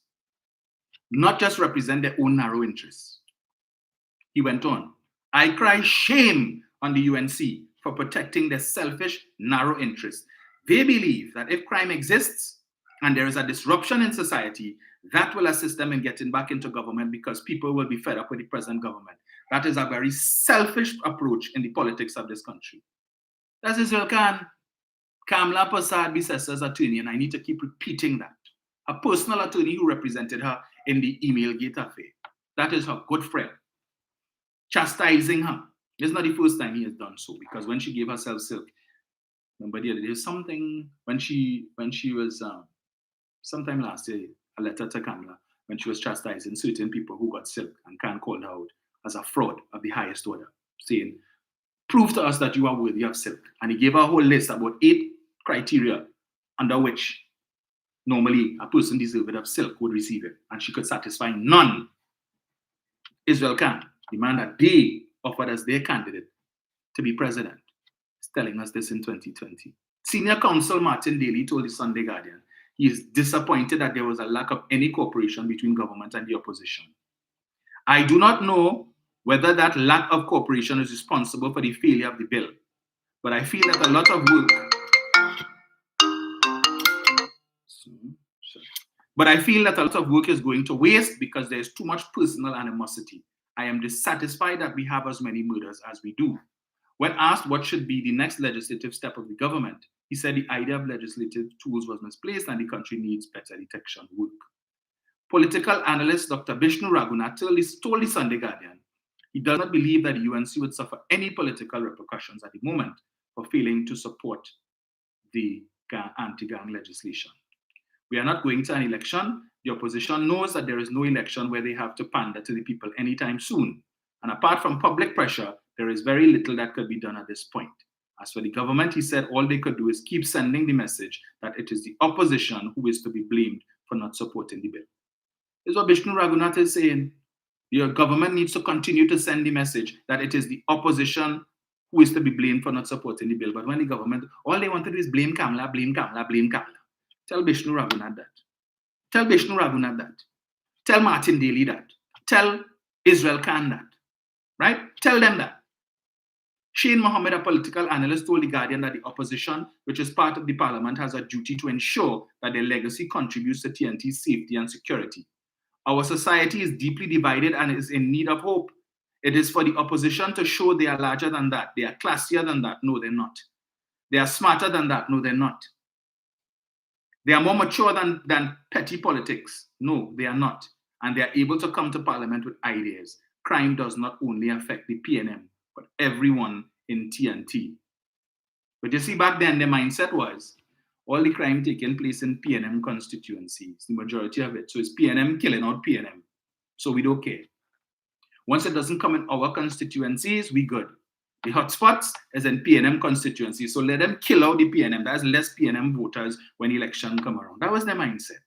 So we're not supporting the legislation. Yeah? That's casualties for the PNM, not the rest of us. But today, it has become a runaway train. Yeah? Remember with CPEP, Kamala said that Mr. Manning mounted a tiger that he now cannot dismount. Well, the tiger that they mounted, they can't dismount. But trying all how now to blame the government is because Hines is a failure and Hines is the worst minister of national security. Rowley must go and this PNM government must go because they're incompetent in the crime fight. And your only solution is a state of emergency. As you did in 2011, and you had Gary Griffith tell us, you will abuse the anti-gang legislation. In 2011, Gary says so. So all of the Gary lovers and the Gary supporters who are sitting on the other side of the fence, and that political party, Gary said that the government, that your beloved leader was in charge of.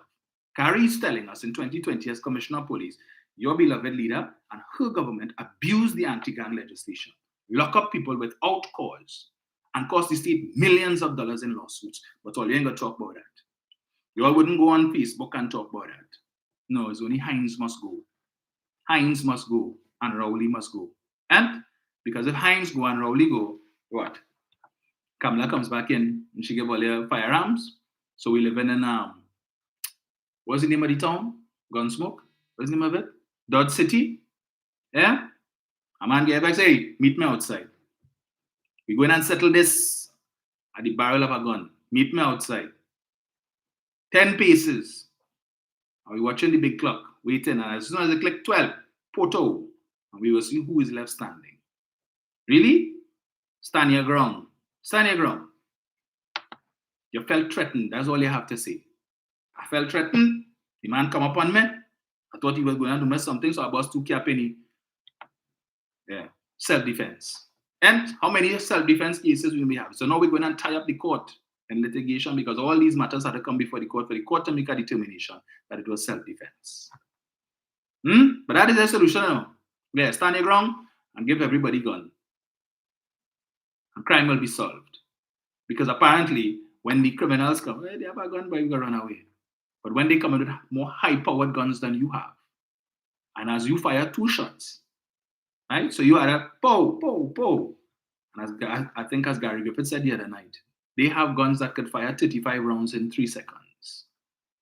You really think your 9mm or your Glock could stand up against a weapon that firing 35 rounds in 3 seconds, you might be able to get off a shot or two.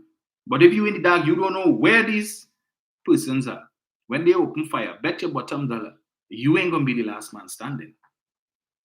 And that is one more gun for them to take, in addition to whatever else. I know what upsets me with these people too. In an attempt to, appeal to the more aggressive side of citizens. They come in every time one of the spokesperson had a talk, all they talking. Imagine if a man come in your house and he come in to rape your wife and rape your daughter. All of them, he come to rape your wife and rape your daughter. Rape your wife and rape your daughter. That's all they talking. They try to stir up in you some kind of thoughts. Well, nah, they come to rape my wife or rape my daughter. But never mind some of them raping their daughter themselves. Right? I make no bones about saying because all I know is true. That they come to rape your wife and rape your daughter, what you gonna do? What you gonna do? So you need a gun for that. Most of the home invasions that have taken place, how many times have you heard persons being raped? How many wives and daughters have you heard being raped? Most of the time these fellas come in, they beat up the householders or they tie them up and they take whatever it is they could get, jewelry, money, whatever it is, and they go on. Most of the times they don't even kill anybody. They come, they rob, and they leave. And then they hear, because I think just last week I read about a couple who they were leaving home whatever time, and then the criminals pull up on them, carry them back inside, and I think I beat them up or something like that, and took whatever it is they took the young lady's car, and so on. There were no casualties, nobody got killed, there was no rape, right? But all this, imagine they come in your house and they want to rape your wife and rape your daughter. That's the only tune they're singing. That's all they could come up with, right? Yeah. You have a man now coming to tell you. Know what to tell the police. Do what you had to do, but just know what to tell the police when they come, right? That making sense to them. So there was one more thing I wanted to touch on. It was it up, all right. This last one. Article 28th of February 2020. Plenty thing happened in 2020. Report links 3 UNC frontliners to criminals. Gary Griffith. Oropouche East MP, Dr. Rudal Munilal, and 2 UNC deputy political leaders, one of whom is a senator and another who used to be the managing director of the HTC, have been named in evidence, not hearsay, evidence given to the Joint Select Committee on National Security as having connections with known criminal gang leaders. No wonder they didn't want to support the anti-gang legislation, because the boys tell them, hey, deal with that, whatever we support, fix that. Get rid of that law. Too many of our members are getting locked up under that, so see what they could do about it. The UNC has 3 deputy political leaders, Jolene John, Khadija Amin, and David Lee.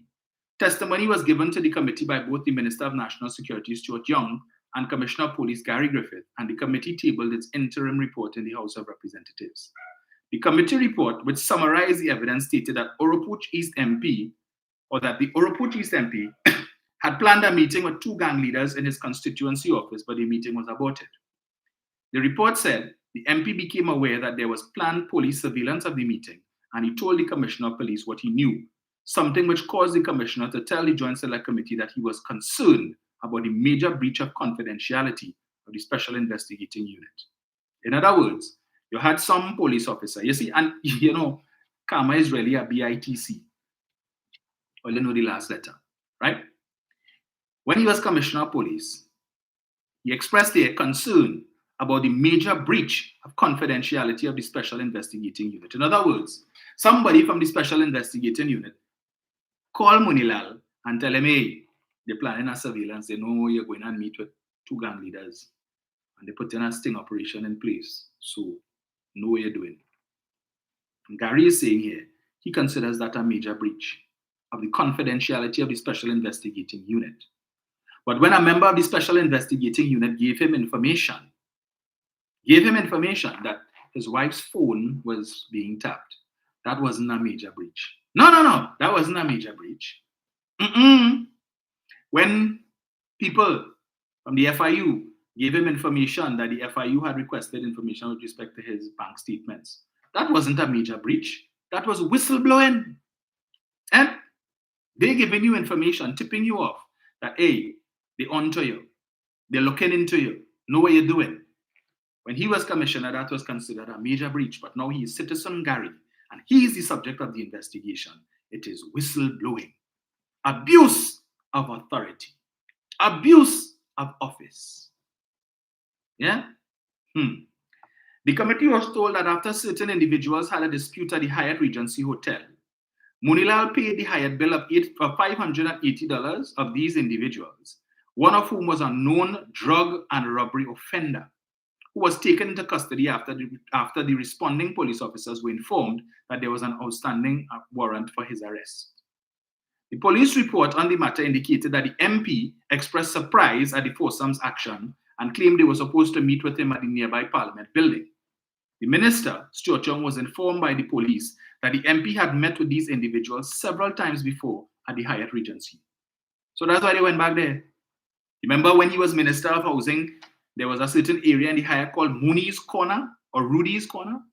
Yeah, Rudy's Corner, where they used to be eating, according to the head of Udicott at the time, which was responsible for the Hyatt. They used to be eating cookies, Oreo cookies and stuff. The best of eats and drinks at the taxpayers' expense. Rudy's Corner. So apparently they thought Rudy Corner still in operation. The GSC report also stated that the TTPS in an unofficial written report also informed the minister that there was communication between the MP and a gang leader from the Beetham Gardens or East Port of Spain, as well as another gang leader from Bagatelle de Gomartin, to attend at the MP's office for the meeting sometime in the last quarter of the second half of 2019. It was reported by the TTPS that to the minister that one of the individuals the MP is communicating with was subsequently arrested under the anti-gang legislation, charged and incarcerated, the report said. The report noted that the MP made a request to meet with the Commissioner of Police with a sense of urgency on the day that the meeting was supposed to take place, and the MP offered certain explanations to the police for meeting with these individuals. Griffith confirmed that the Hyatt incident was contained in a special branch report. Griffith also confirmed that the SIU submitted a report on the planned meeting between the MP and the two gang leaders. So you hear that? It was reported by the TTPS to the minister that one of the individuals the MP is communicating with was subsequently arrested under the anti-gang legislation, charged and incarcerated. He got charged and he got locked up under the anti-gang legislation. But the same Munilal come and tell you, it's reading like a binary card, the number of people who get locked up, 1 0 0 1 0 0 0 0 1 1 1. 1 plus 1. Remember the Okro man? 1 plus 1. So you all understand motives? So when they want to come and tell you the only reason why we're not supporting the anti-gang legislation is because people ain't getting locked up. No, it's because we people getting locked up. The people that he meeting with, the people that he associating with, getting locked up. And it is there in a special branch report. Let me repeat it again. It was reported by the TTPS to the minister that one of the individuals that Munilal is communicating with was subsequently arrested under the anti-gang legislation, charged and incarcerated. You all remember the previous article that I read? Gary Griffith told them, if it is you all don't support the legislation and it collapses, persons who would have been arrested under that legislation could now go free. The case could collapse because the law under which they were arrested is no longer law. Right? So they could go free. Cases could collapse. And remember, they always tell us the UNC have the best lawyers in Trinidad and Tobago, the best. So you feel they don't know that? Who you think representing the criminals? So when they tell, hey, yeah, what I representing, so and so, you know, but it ain't looking too good. But if you could decide you ain't supporting that legislation, it will make it easier for me to get him off. What you could do? Consider it done. Consider it done. We will get rid of that legislation. We will not support it. We will let the sunset clause collapse. And you do what you have to do on your end. Because, hey, them fellas helping we out. If we will get back in office, we're depending on these fellas to run up the crime numbers. Can't have them sit down in jail. They need to be outside. We need to make the PNM look bad. We need to continue this narrative that when the PNM is in power, crime always goes up. Crime is at its worst when the PNM is in power. Are we doing that? I'm going to read it again for the benefit of the supporters of that party. If you was in your fridge looking for a red shandy, Or you're just joining? Let me read it for you again. Just that part. It was reported by the TTPS to the minister that one of the individuals, the MP, and the MP we're talking about here is Munilal, is communicating with, was subsequently arrested under the anti-gang legislation, charged and incarcerated, the report said. This was in February, was it, of 2020? Yes. February of 2020. And mere months later, Munilal was one of the leading voices in the debate, representing the opposition, articulating their position as to why they would not support the extension of the sunset clause in the anti-gang legislation. You could connect the dots.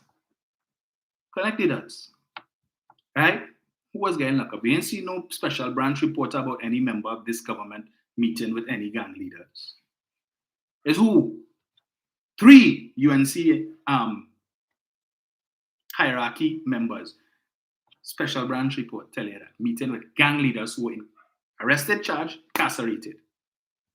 Mere months after this report, all of them come together and say, we're not supporting no damn extension. Let the bill lapse. Well, they're locking up with people under this legislation. And that is problems for us. We need to protect them. But they love the country. They love the country. Well, they only want to blame the UNC and blame Kamla and blame the UNC. Right?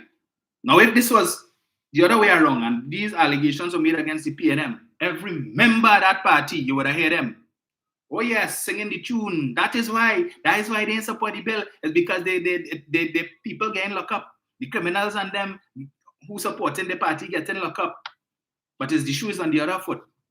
It is their members that are being accused, and the supporters of that party have nothing to say. Nothing to say. Ain't talking about that. You're talking about Rowley must go and Hines must go.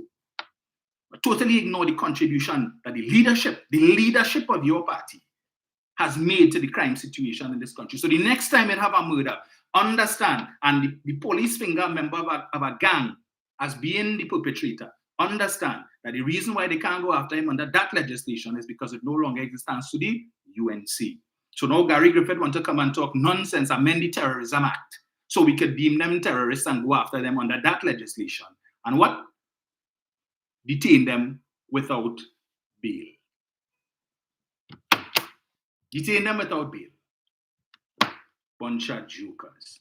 Really? Miss me with that bull spit. 7701763. I told you it's another early morning. I woke up, left home before 6 o'clock yesterday. I'm deprived of sleep. But you got to do the people's business.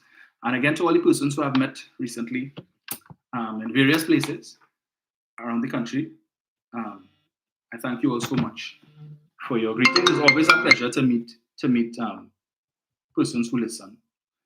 Give me 1 second here, caller. Let me just put this thing on here.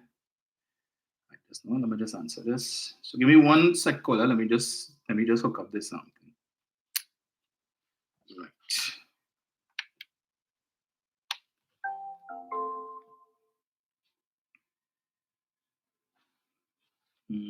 Yes, let's see what's going on here.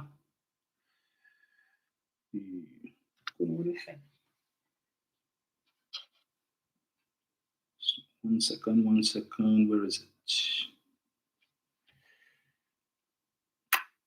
Bear with my caller. Right, I think. Morning, Dom. Morning, sir. Yes, we're cooking with gas. So I want to help you connect some motors, right? Mm-hmm. Who was the commissioner who told us about whatever carnival?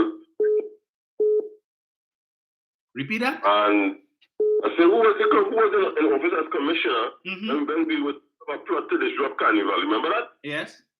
And a prominent family was searched and assault weapons were found and high power caliber ammunition. Remember that? Yes. But that then cooled the attorney for that family, who was a former PNM senator and deputy political leader, said it was Christian. But the weapons were found in that family's home. Yes. Right? What is happening with that case? Quiet. Pick it. Right? And continuing with, on the first point you raised about the salaries and the appearances of Abraham and so on. Yes. You see, the fact that point also people love to hear that, but the truth is not very sexy. When it comes to PNM and its permutations to the country in a particular way, right? Right? Of knowledge. The 14% settlement came out, sir, because of the infamous day of total. Do you remember that? Yes. But around that time, negotiations were going on. And the offer they were given is 9%. In their first incarnation of settling negotiations, remember they offered all unions 5%, all the associations 5%. Yes. And police were the only one to get 9%, and that is when police got the $1,000 on their salary, tax-free allowance. Yes. Right? That is when they got that.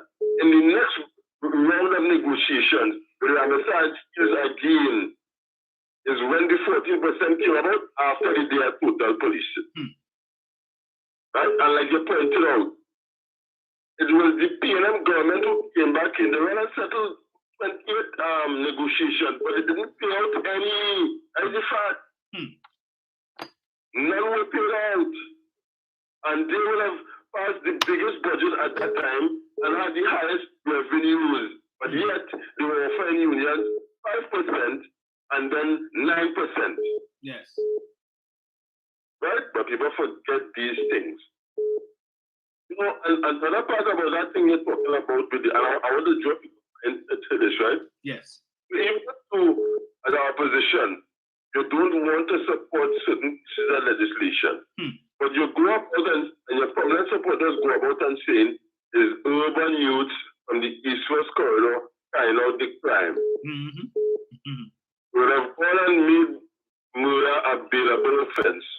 So isn't it this same urban youth who are running amok will be benefiting from this bail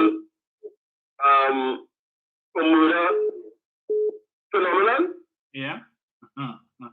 Isn't that leading to the crime that we see in some? Correct. And let's just take away the gun crime. Let's just add other offenses: robbery, rape, house breaking, and larceny. If urban youth is the perpetrator of this crime, will you want these people to come out on bail? Right?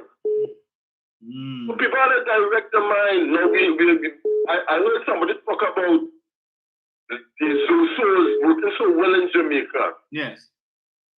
I want to remind them, you know, as opposition JLP, what we have in Jamaica, they have a mainly homogeneous society. That's right. The only Caribbean country that has our makeup similar to us is Guyana. And we see how things end up there. Similar to here. Is there any wonder that the Zoso bill could be passed in Jamaica with unanimous consent or with minimal objection? And this is honesty that people are not connecting the dots together with. Yes. Another point is this, right? So if you want to put a country that is feeling under the crime agenda alone, forget about the economy and so on, and you don't support them in any legislation that they want to have to bring the crime to heal, isn't it highly dishonest to say that you are not responsible as well? But people not connecting that together. Right? Yes. And I'm saying, and you know, just as you spelled out the personal allowance thing, I put that to somebody, you know what they say? I don't see that no way. I say, don't see that no way, because you have so much disposable income that it fritters away. No. He got this subsidy gas raise. I say, all right. And even if the gas bill went up by $100, it would mean that on the calculation that they gave us, you still have some money in your kitty that you could utilize. But it's to invest in treasury bonds, buy more units in the unit trust, or more shares in the stock market. If you really want to say that you can't get a leg up. But you see, what we want to hear is that disposable income. And I could tell you, brother, whilst I was working, benefited greatly from those incentives. Because what I would have done, and I would have shared with you before, I went to investment opportunities. And I took out things like life insurance on me and my children, and I went to pay annuities and so on. So I take it back. And the money that I spent on tertiary studies, I would have also claimed for that and cut back that as income tax refunds. Yes.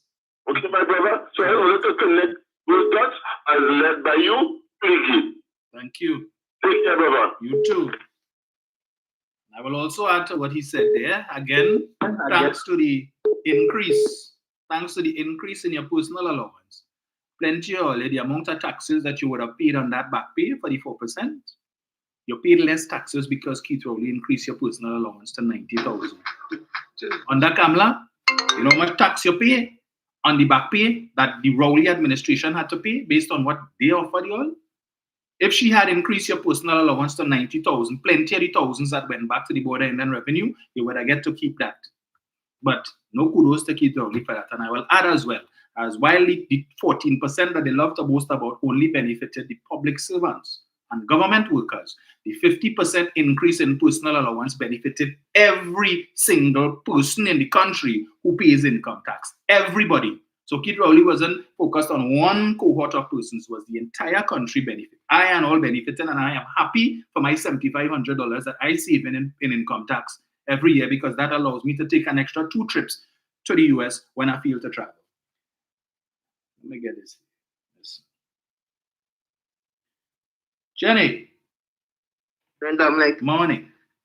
Morning to all those who are locked on and listening. Dominic, the Kamala Persad-Bissessar PPUNC, their approach to crime, or their plan to crime, was East-West Corridor state of emergency. Yes. To this day, taxpayers are still paying money to the people, the young men, who were given instructions around the Nelsons, East-West Corridor. Lock them up, and we go find things to charge them with after. Yes. Paul Richards in the parliament, he said 7,000 persons were locked up in that East-West Corridor state of emergency. He's still paying money for that. On August 22nd, 2013, after having about 2 meetings with Dr. Rowley, who was the opposition leader at the time, Kamala Persad-Bissessar said, and that came out of an increase in crime. Kamala Persad-Bissessar said no political party, no individual government could solve crime. Senator Paul Richards, Monday the 3rd of February 2020, when Saddam Hussein brought a private motion on the government's failure to deal with crime, Paul Richards said he does not agree that it is the government's responsibility to solve crime. Yes.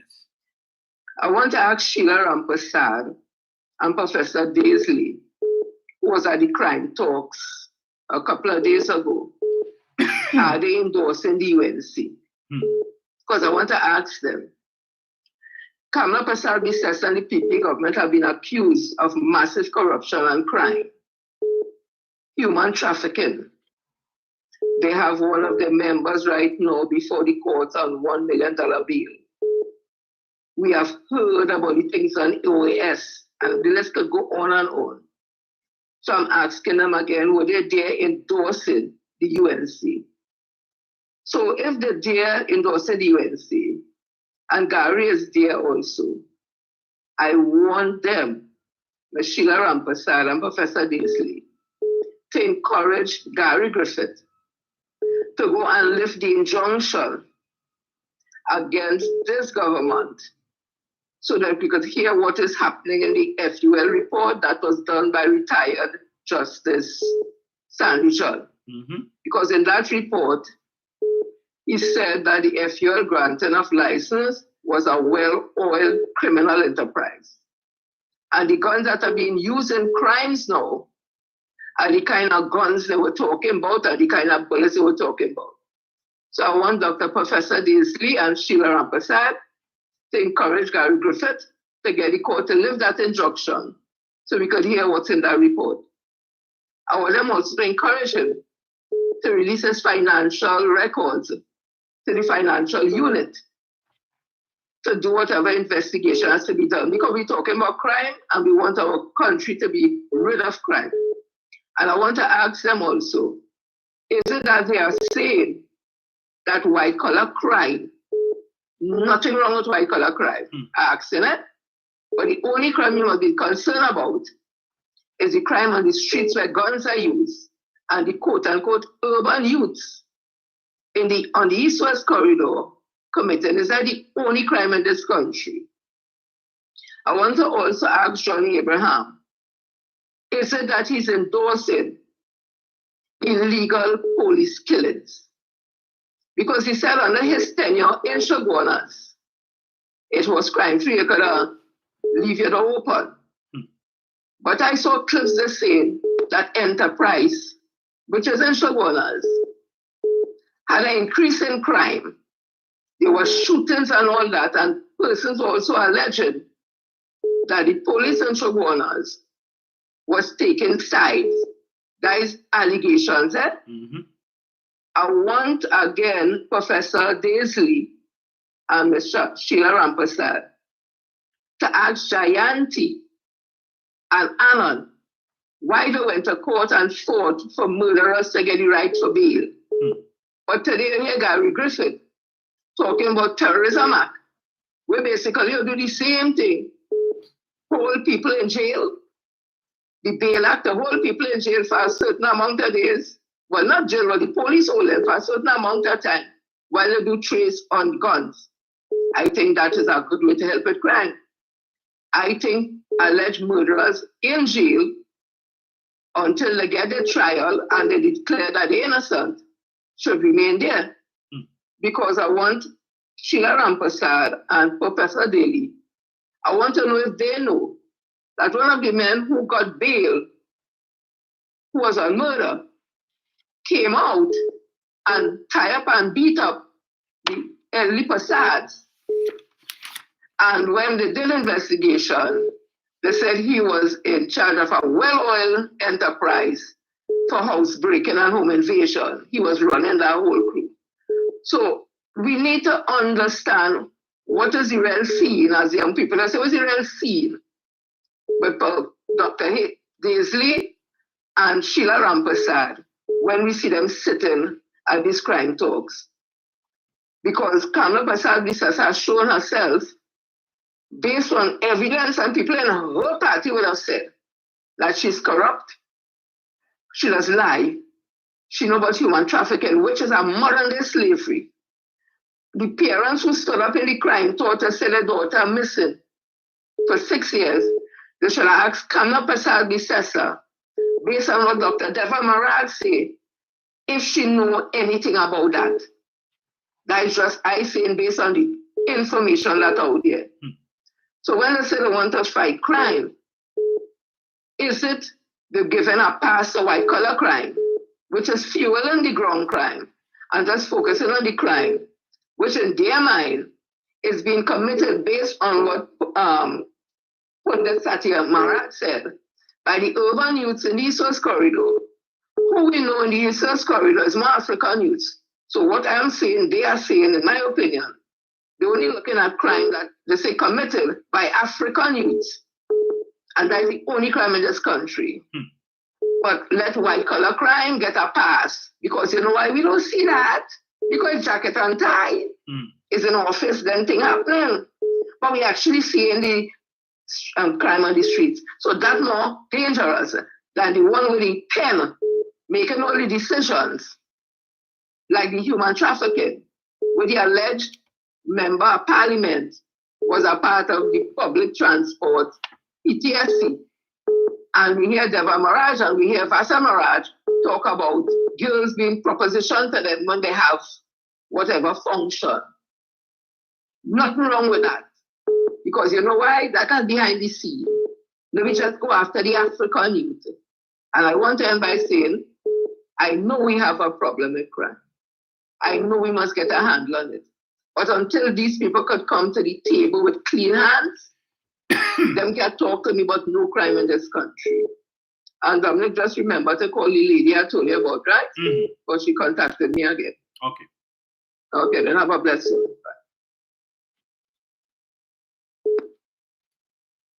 Hello, good morning. Good morning, Dominic. Morning, sir. Good program for Miss Jenny. I don't make a correction, sir. It's not Sheila Rampasad, it's Indira Rampasad. Right. Right. So going on, Dominic, as far as I'm concerned, Indira Rampasad is a UNC. To me, she always seemed to be very biased to this present administration. And she always swaying on the opposition side. I don't know if people don't see it, but as far as I'm concerned, it's a UNC. Same thing with Vishnu Ramana. Right? But, you know, Dominic, ungratefulness rules and witchcraft. People seem to forget that we was under a pandemic. Yes. And Gary Gifford benefited from that state of emergency because a lot of people wasn't out on the road. But I cannot believe that people with big bachelor degrees, so they know, seem to have 90 memory about what transpired around 2020 and around up to 2022. And it's very shocking. And I totally agree with some of your previous scholars. The government brought legislation, the anti-bill bill, and the anti-gang bill, and that so-called sunset clause. I remember that a Gary was talking about it. I think the then Attorney General was talking about it. That if the opposition didn't get support to pass the bill, we will be in serious trouble and look what's going on. How can people forget that and people want to Japanese to this lady to be the Prime Minister again? Something is wrong. I can't understand that. We really have 90 memory loss. And the next thing too, people, please go and get your shots now. You see, recently the minister said that they had a capacity of 800,000 vials of COVID vaccine. The virus may cannot come back again, along with the flu and some other things. Or you go take a shot to see carnival time. I won't be surprised if they have a spike after carnival. We go see who will want to shut down the country. Or they take all their shots, please. Dominic, you have a good day. You too, sir. You see what's going on in Tobago too? Yes. I want to blame Dr. Ron for that too. Or Farai. That's the first choice by itself. But Tobago vote for that. Okay, that's simple. They didn't do that. Yes. I'm sorry.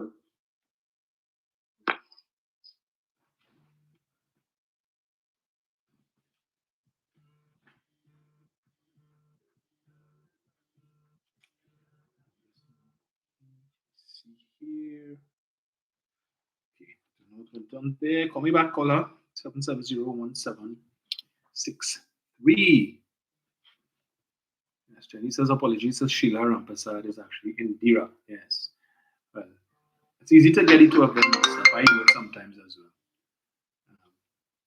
So let's see something here. Hello, good morning. Morning, Dam Dali. Morning. Is Griffith and Anil the same person? because he backtalked the UNC and incompetence and the lackluster approach to crime. But he is talking something else. Does Gary have two mouths? Want to talk and want to be an anal fat? Sorry. Because you said one thing, Gary, then and now. Jekyll and Hyde, who are we to believe? Ken Roberts have the same mentality, which is none, because one bald and one semi-bald. Make up your mind, Greasy Gary, what you're about, okay? You only care because you are anti-PNM. Kamala said, if she lost the election, blood will flow like water.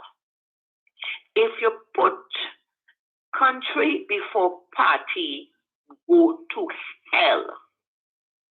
So Kamala, was it party before country and crime? Make up your mind as to what you mean. How it is the UNC followers, the psychopaths, don't hear what she said. Are they too senile? It's a place for the mentally bankrupt. Because you said, Kamala, you are the nation's mother. Lord have mercy, and you're off in that case. Right? You said party before country. So what are you about? Is the party your nation, Kamala? Apparently, your nation is UNC. Your flag yellow. Your currency is curry. Because you have yet to put this nation first. There's a guy yesterday who stole some put girl, okay? People say set him free. Right? One put him on Facebook. He put himself in that. David Lee on a fraud charge. And Aram defrauded TSCT, which in turn robbed the nation. But nothing is wrong with that. Fraud is a crime. He defrauded the entire nation. People, get some sense. Before you want to blast the PNM government, look at Kamala's track record of constant madness. She knew Pandy's track record, Kamala we knew us too. Dom, have a good day. They bless my darling little people. You too. Thank you. Thank you. Hello, good morning. Hello? Hello.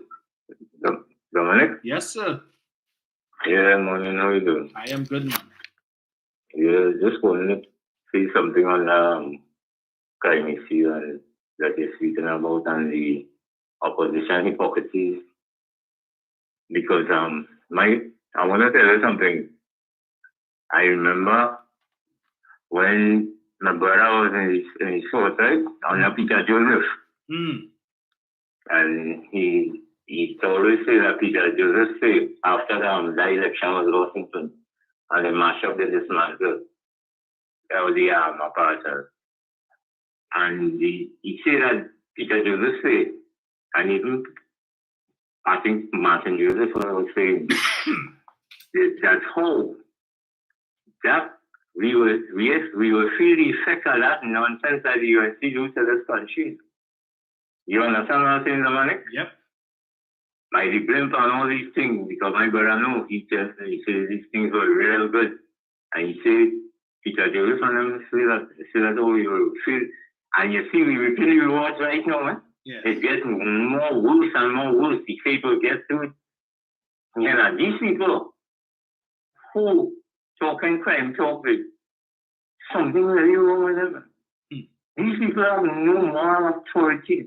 I mean, the official opposition, they could talk crime talk, but what I'm saying, at the end of the day, they have no moral authority to talk. Because look like what the lady just said about Ram and all of them. You know, it's normal with them people. Something has to be wrong with them at this point. And you know, these are people who buying into that Sheila Rampasar and this one. What really going on with doctors? I don't know, boy. Like, I feel like they do something to this land that how people with sense, they're stupid and thinking stupid. Like, you and see how them can't think. Because if you watch, look, Gary, you know, on the sunshine yesterday, last time I had a picture with Kamala, and with just one and a half Kamala on the front page and boarding, what he said, that this lady country before party. This is some note to that effect. And this is the same lady who say that all go to hell if you talk about country before party. You understand? And now, boy, you see there's something wrong with your money. And you know, like we have too much illiterate people around that is divining to them with any nonsense. And people forgetting, and I don't know, anyhow, it's culturalism too with some of them. And then, because you know, the UNC followers based on culture, they don't know nothing about country and things, it's really culture. Yes. And Dominic, we in trouble, you know? But it's only go to agree. And you see, I have a strong leader, they call Dr. Rowley. Some goes for him and the science and them. Because they changed 6 Minister of National Security under their tenure. And they say, because they, and then Gary Griffith now who fight crime on that COVID, talking nonsense and nonsense about he bring down crime and he bring down crime. So he just fellows on them could talk. And he was the highest on that. Yes. But then you see all them fellows nasty, you condemning she as a leader in the police service. He and this one they call from Central, who talk from a police officer. You know, something that'll be wrong with them to big up camera. Nonsense, you know. You want to take care. You too, Enjoy the rest of the day. Thank you. I will listen up. Hello, good morning. Hello. Hello, Dominic. Morning. Yes, sir. Morning. Yeah. Concerning, you ever see something, Dominic, like a bunch of criminal holding crime talk? You know, what kind of game them playing with this crime system? Yes. Eh? A lot of them sit down, they have charges, and them coming to talk about what they could do to lower crime and murder. Like murder is the only crime. What about white collar crime and thieving money from the government and those kind of things? Nah, they're not crime. You understand? Them playing that game. Yeah. But Dominic, what I'm saying, you have Anna Roberts at the MC passing, and this man in life sport, what he did with crime, and you take a report and read it out in Parliament to get it passed. That's a crime. Dominic, that's a crime. And Dominic, let me tell you something. I don't even remember when America did a report and they said there was a lot of judicial killing in the police service, and they find it very, very rare why that is happening. A couple of years ago, they did a report and they say there's a lot of police killing unnecessary.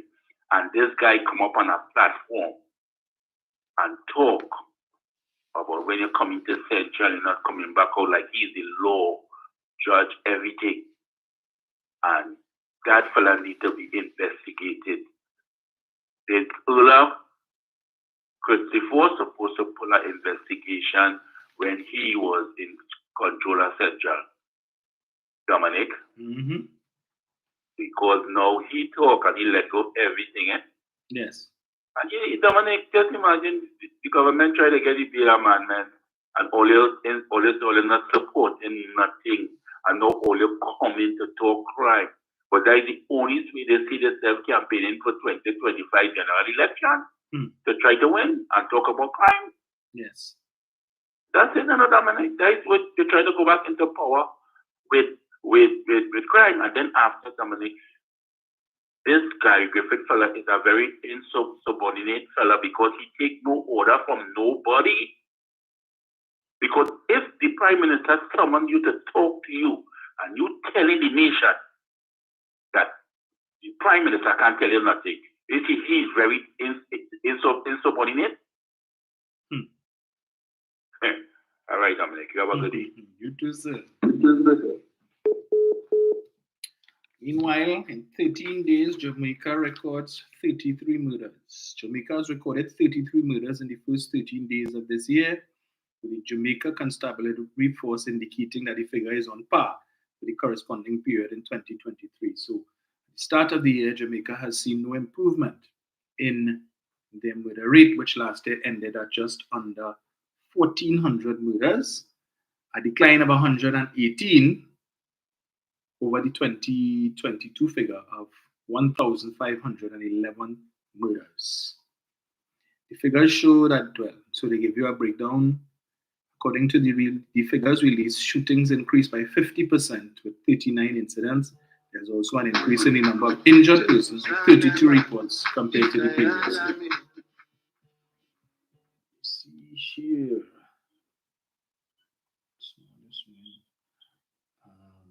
Hello, good morning. Morning, Dominic. Morning, sir. Morning. Dominic, I'm frightened. The United National Criminals should not have no round table looking for solution for crime. Yes. You don't need crime to think crime. Imagine Kamala said, Trinidad music is young people social commentary, yes, and we all should listen to what they have to say. You hear that? Yes.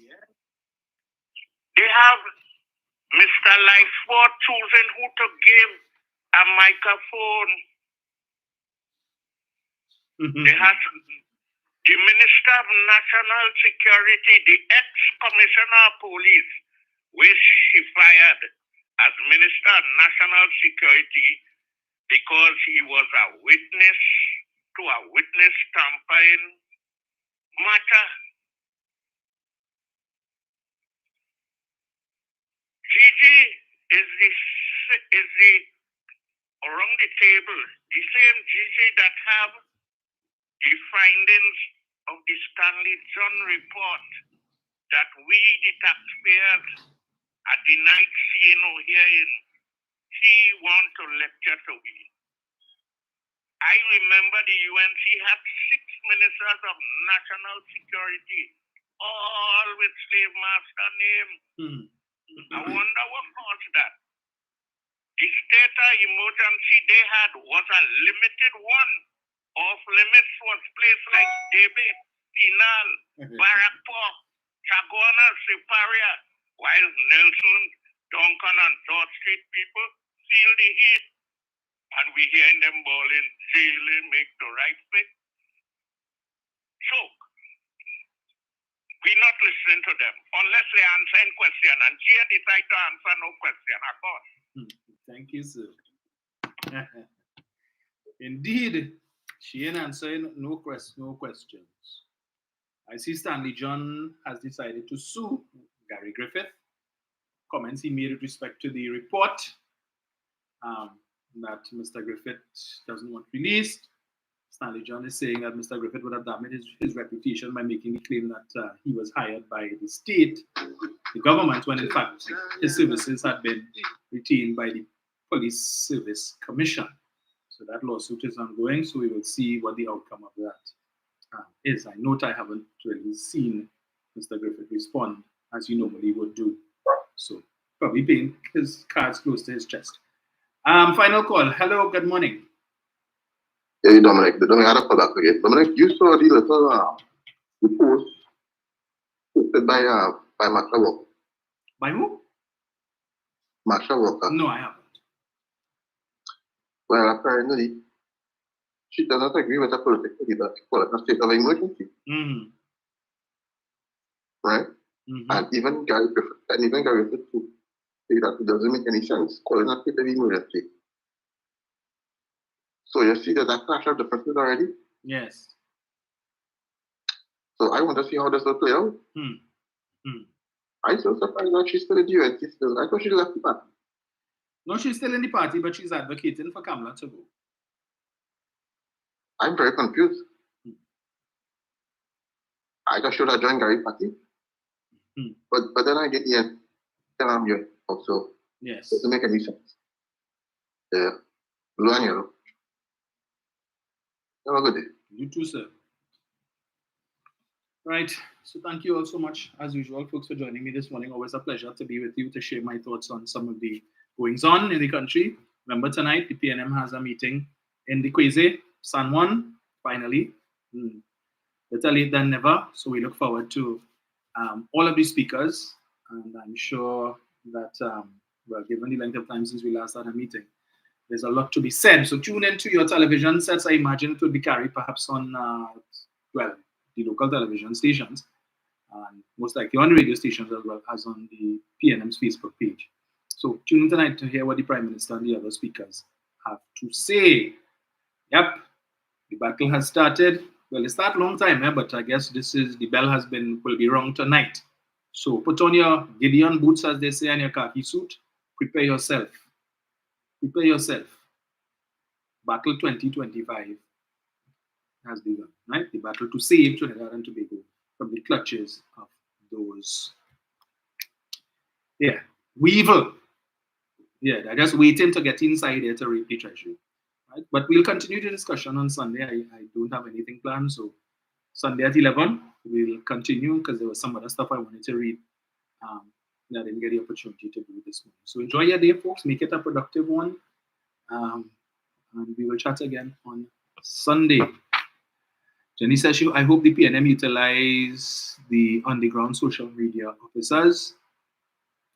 As do I, Jenny. Yeah, as do I. Let's see